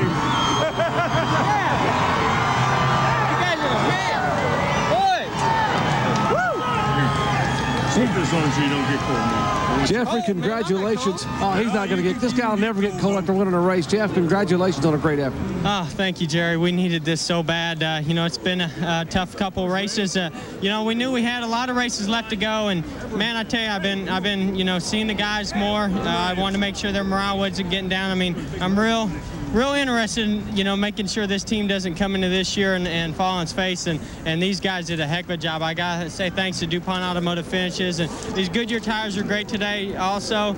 You know, it was just a wonderful day in Quaker State, our new sponsor. This is a day we've been looking for a little while here, and we've been searching, and I tell you, it feels so good to be able to do this today. These guys, they needed it, I needed it. This is a refreshing feeling. About halfway through the race, Rick Hendrick turned to me and said, that young man is showing so much maturity by not using up the race car and being patient. Well, we had a great car on a long run, and you know, at the beginning we only had to deal with a couple of cars. Then all of a sudden these Fords come out of nowhere, the 99 and the 88. I was like, man, what has happened?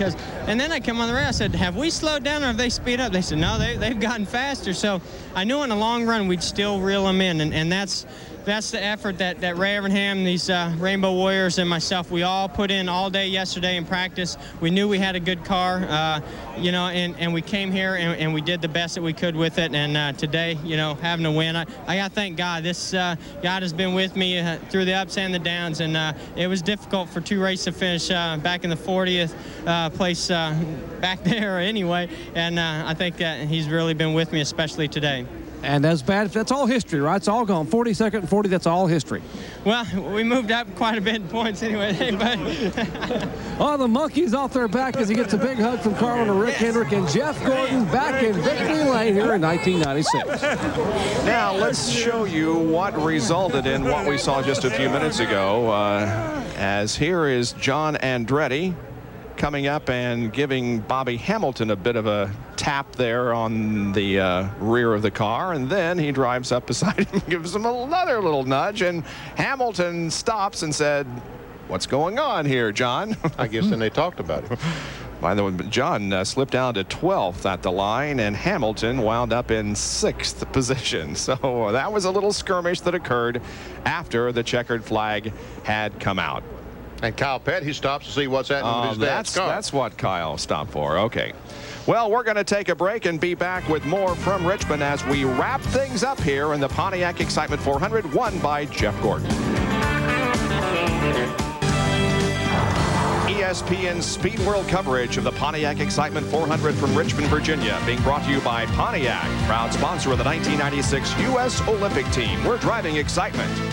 By McDonald's, on the track and in our restaurants. Just watch us cook. And by Napa Auto Parts, we keep America running. Here are the unofficial results of this race here this afternoon, which was a great one. 13 cars ended up on the lead lap, and Ned Dale's going the wrong way. First at Daytona, second at Rockingham, third here today. I believe he'll take it, though. That's not bad. Not a bad start. It says second on that thing that I'm looking at. Oh, okay. What did he say? That's right. He said third. Oh, I got some bad information. All right, he finished second. So he's just staying the same as last week. And I tell you what, he'll take second every race from here on out. He'd win the championship if he could do that. See Darrell Waltrip, after his contact with the wall, is back in 26th spot. Elton Sawyer in 30th. Kyle Petty had a good run. And only 2 cars were out of the race at the drop of the checkered flag. Ernie Irvin and Wally Dallenbach, who was out very, very early. Well, we talked about Dale Jarrett. When we come back here to Richmond, we will talk to Dale because he is the new leader in the point standings of the NASCAR Winston Cup Series in '96. All right. right, Mike. We'll keep our eyes on that game while we wrap things up here at Richmond International Raceway by taking a look at the point standings after 3 races. It is Dale Jarrett on top now of Jeff Burton by 86 points. Here's Bill Weber with the points leader.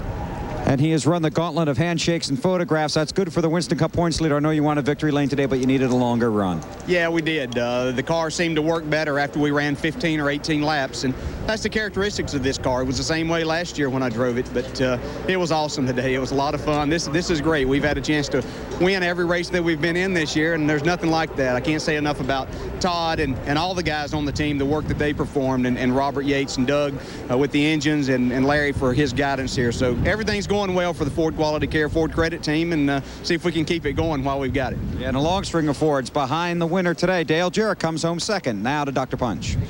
Bobby Hamilton finishes 6th, and Bobby, this team needed this shot in the arm. What a run for you today. We did. You know, we had a bad week last week, and we just put it all behind us, Jerry. And what makes us feel good is we didn't let any of that other stuff bother us. You know, we come and qualified good and raced good, led a lot of laps today. And we just gave up on long runs, and that's generally our strong suit. You know, we missed it a little bit on long runs. And I tried to run a pace fast enough where it worked the other guys to death, but 2 or 3 of them wasn't. They're smarter than that. They wouldn't do it, you know. So, like I said, we was able to lead a lot of the laps. And good day for STP and Ferguson, man. We had a blast out there. This was good short track racing. Speaking of short track racing, what happened between you and John Andretti? We saw some bumping back and forth. Well, I don't know, 2 or 3 laps to go, you know. We went in the corner, it all stacked up, and I got into him a little bit. God forbid that happened to me 20 times in that run, you know. They was just stacked up so bad. And the next lap I got by him, and I guess he didn't like it when we got together, you know, but man, that just happens. And I sort of, you know, a lot of things happened last year between me and him that I never acknowledged or anything, and we was just racing, man. We was just racing, and he didn't like it. At the end, after the checker flag flew, he hit me once, and I thought he was congratulating me or something. I waved, and he reared back and hit me again, and I locked the brakes down. And it's a pretty day out today, and I was going to get out. I got out, was going to talk about the weather, but he took off to the garage. I don't know what his hurry was. Bobby Hamilton finishes 6th, guys. I tell you, I love the way that man puts things. He is good with words. Jeff Gordon wins here today. By the way, he moves into 24th in the point and 27th in the point standings, 265 behind the leader, Dale Jarrett. We'll be back with more in just a moment. I told you. Jeff Gordon in victory lane for the first time in 1996 here at Richmond. Don't forget RPM tonight at 9:30 with all the details. We'll see you in Atlanta next weekend. For now, back to Mike Tirico.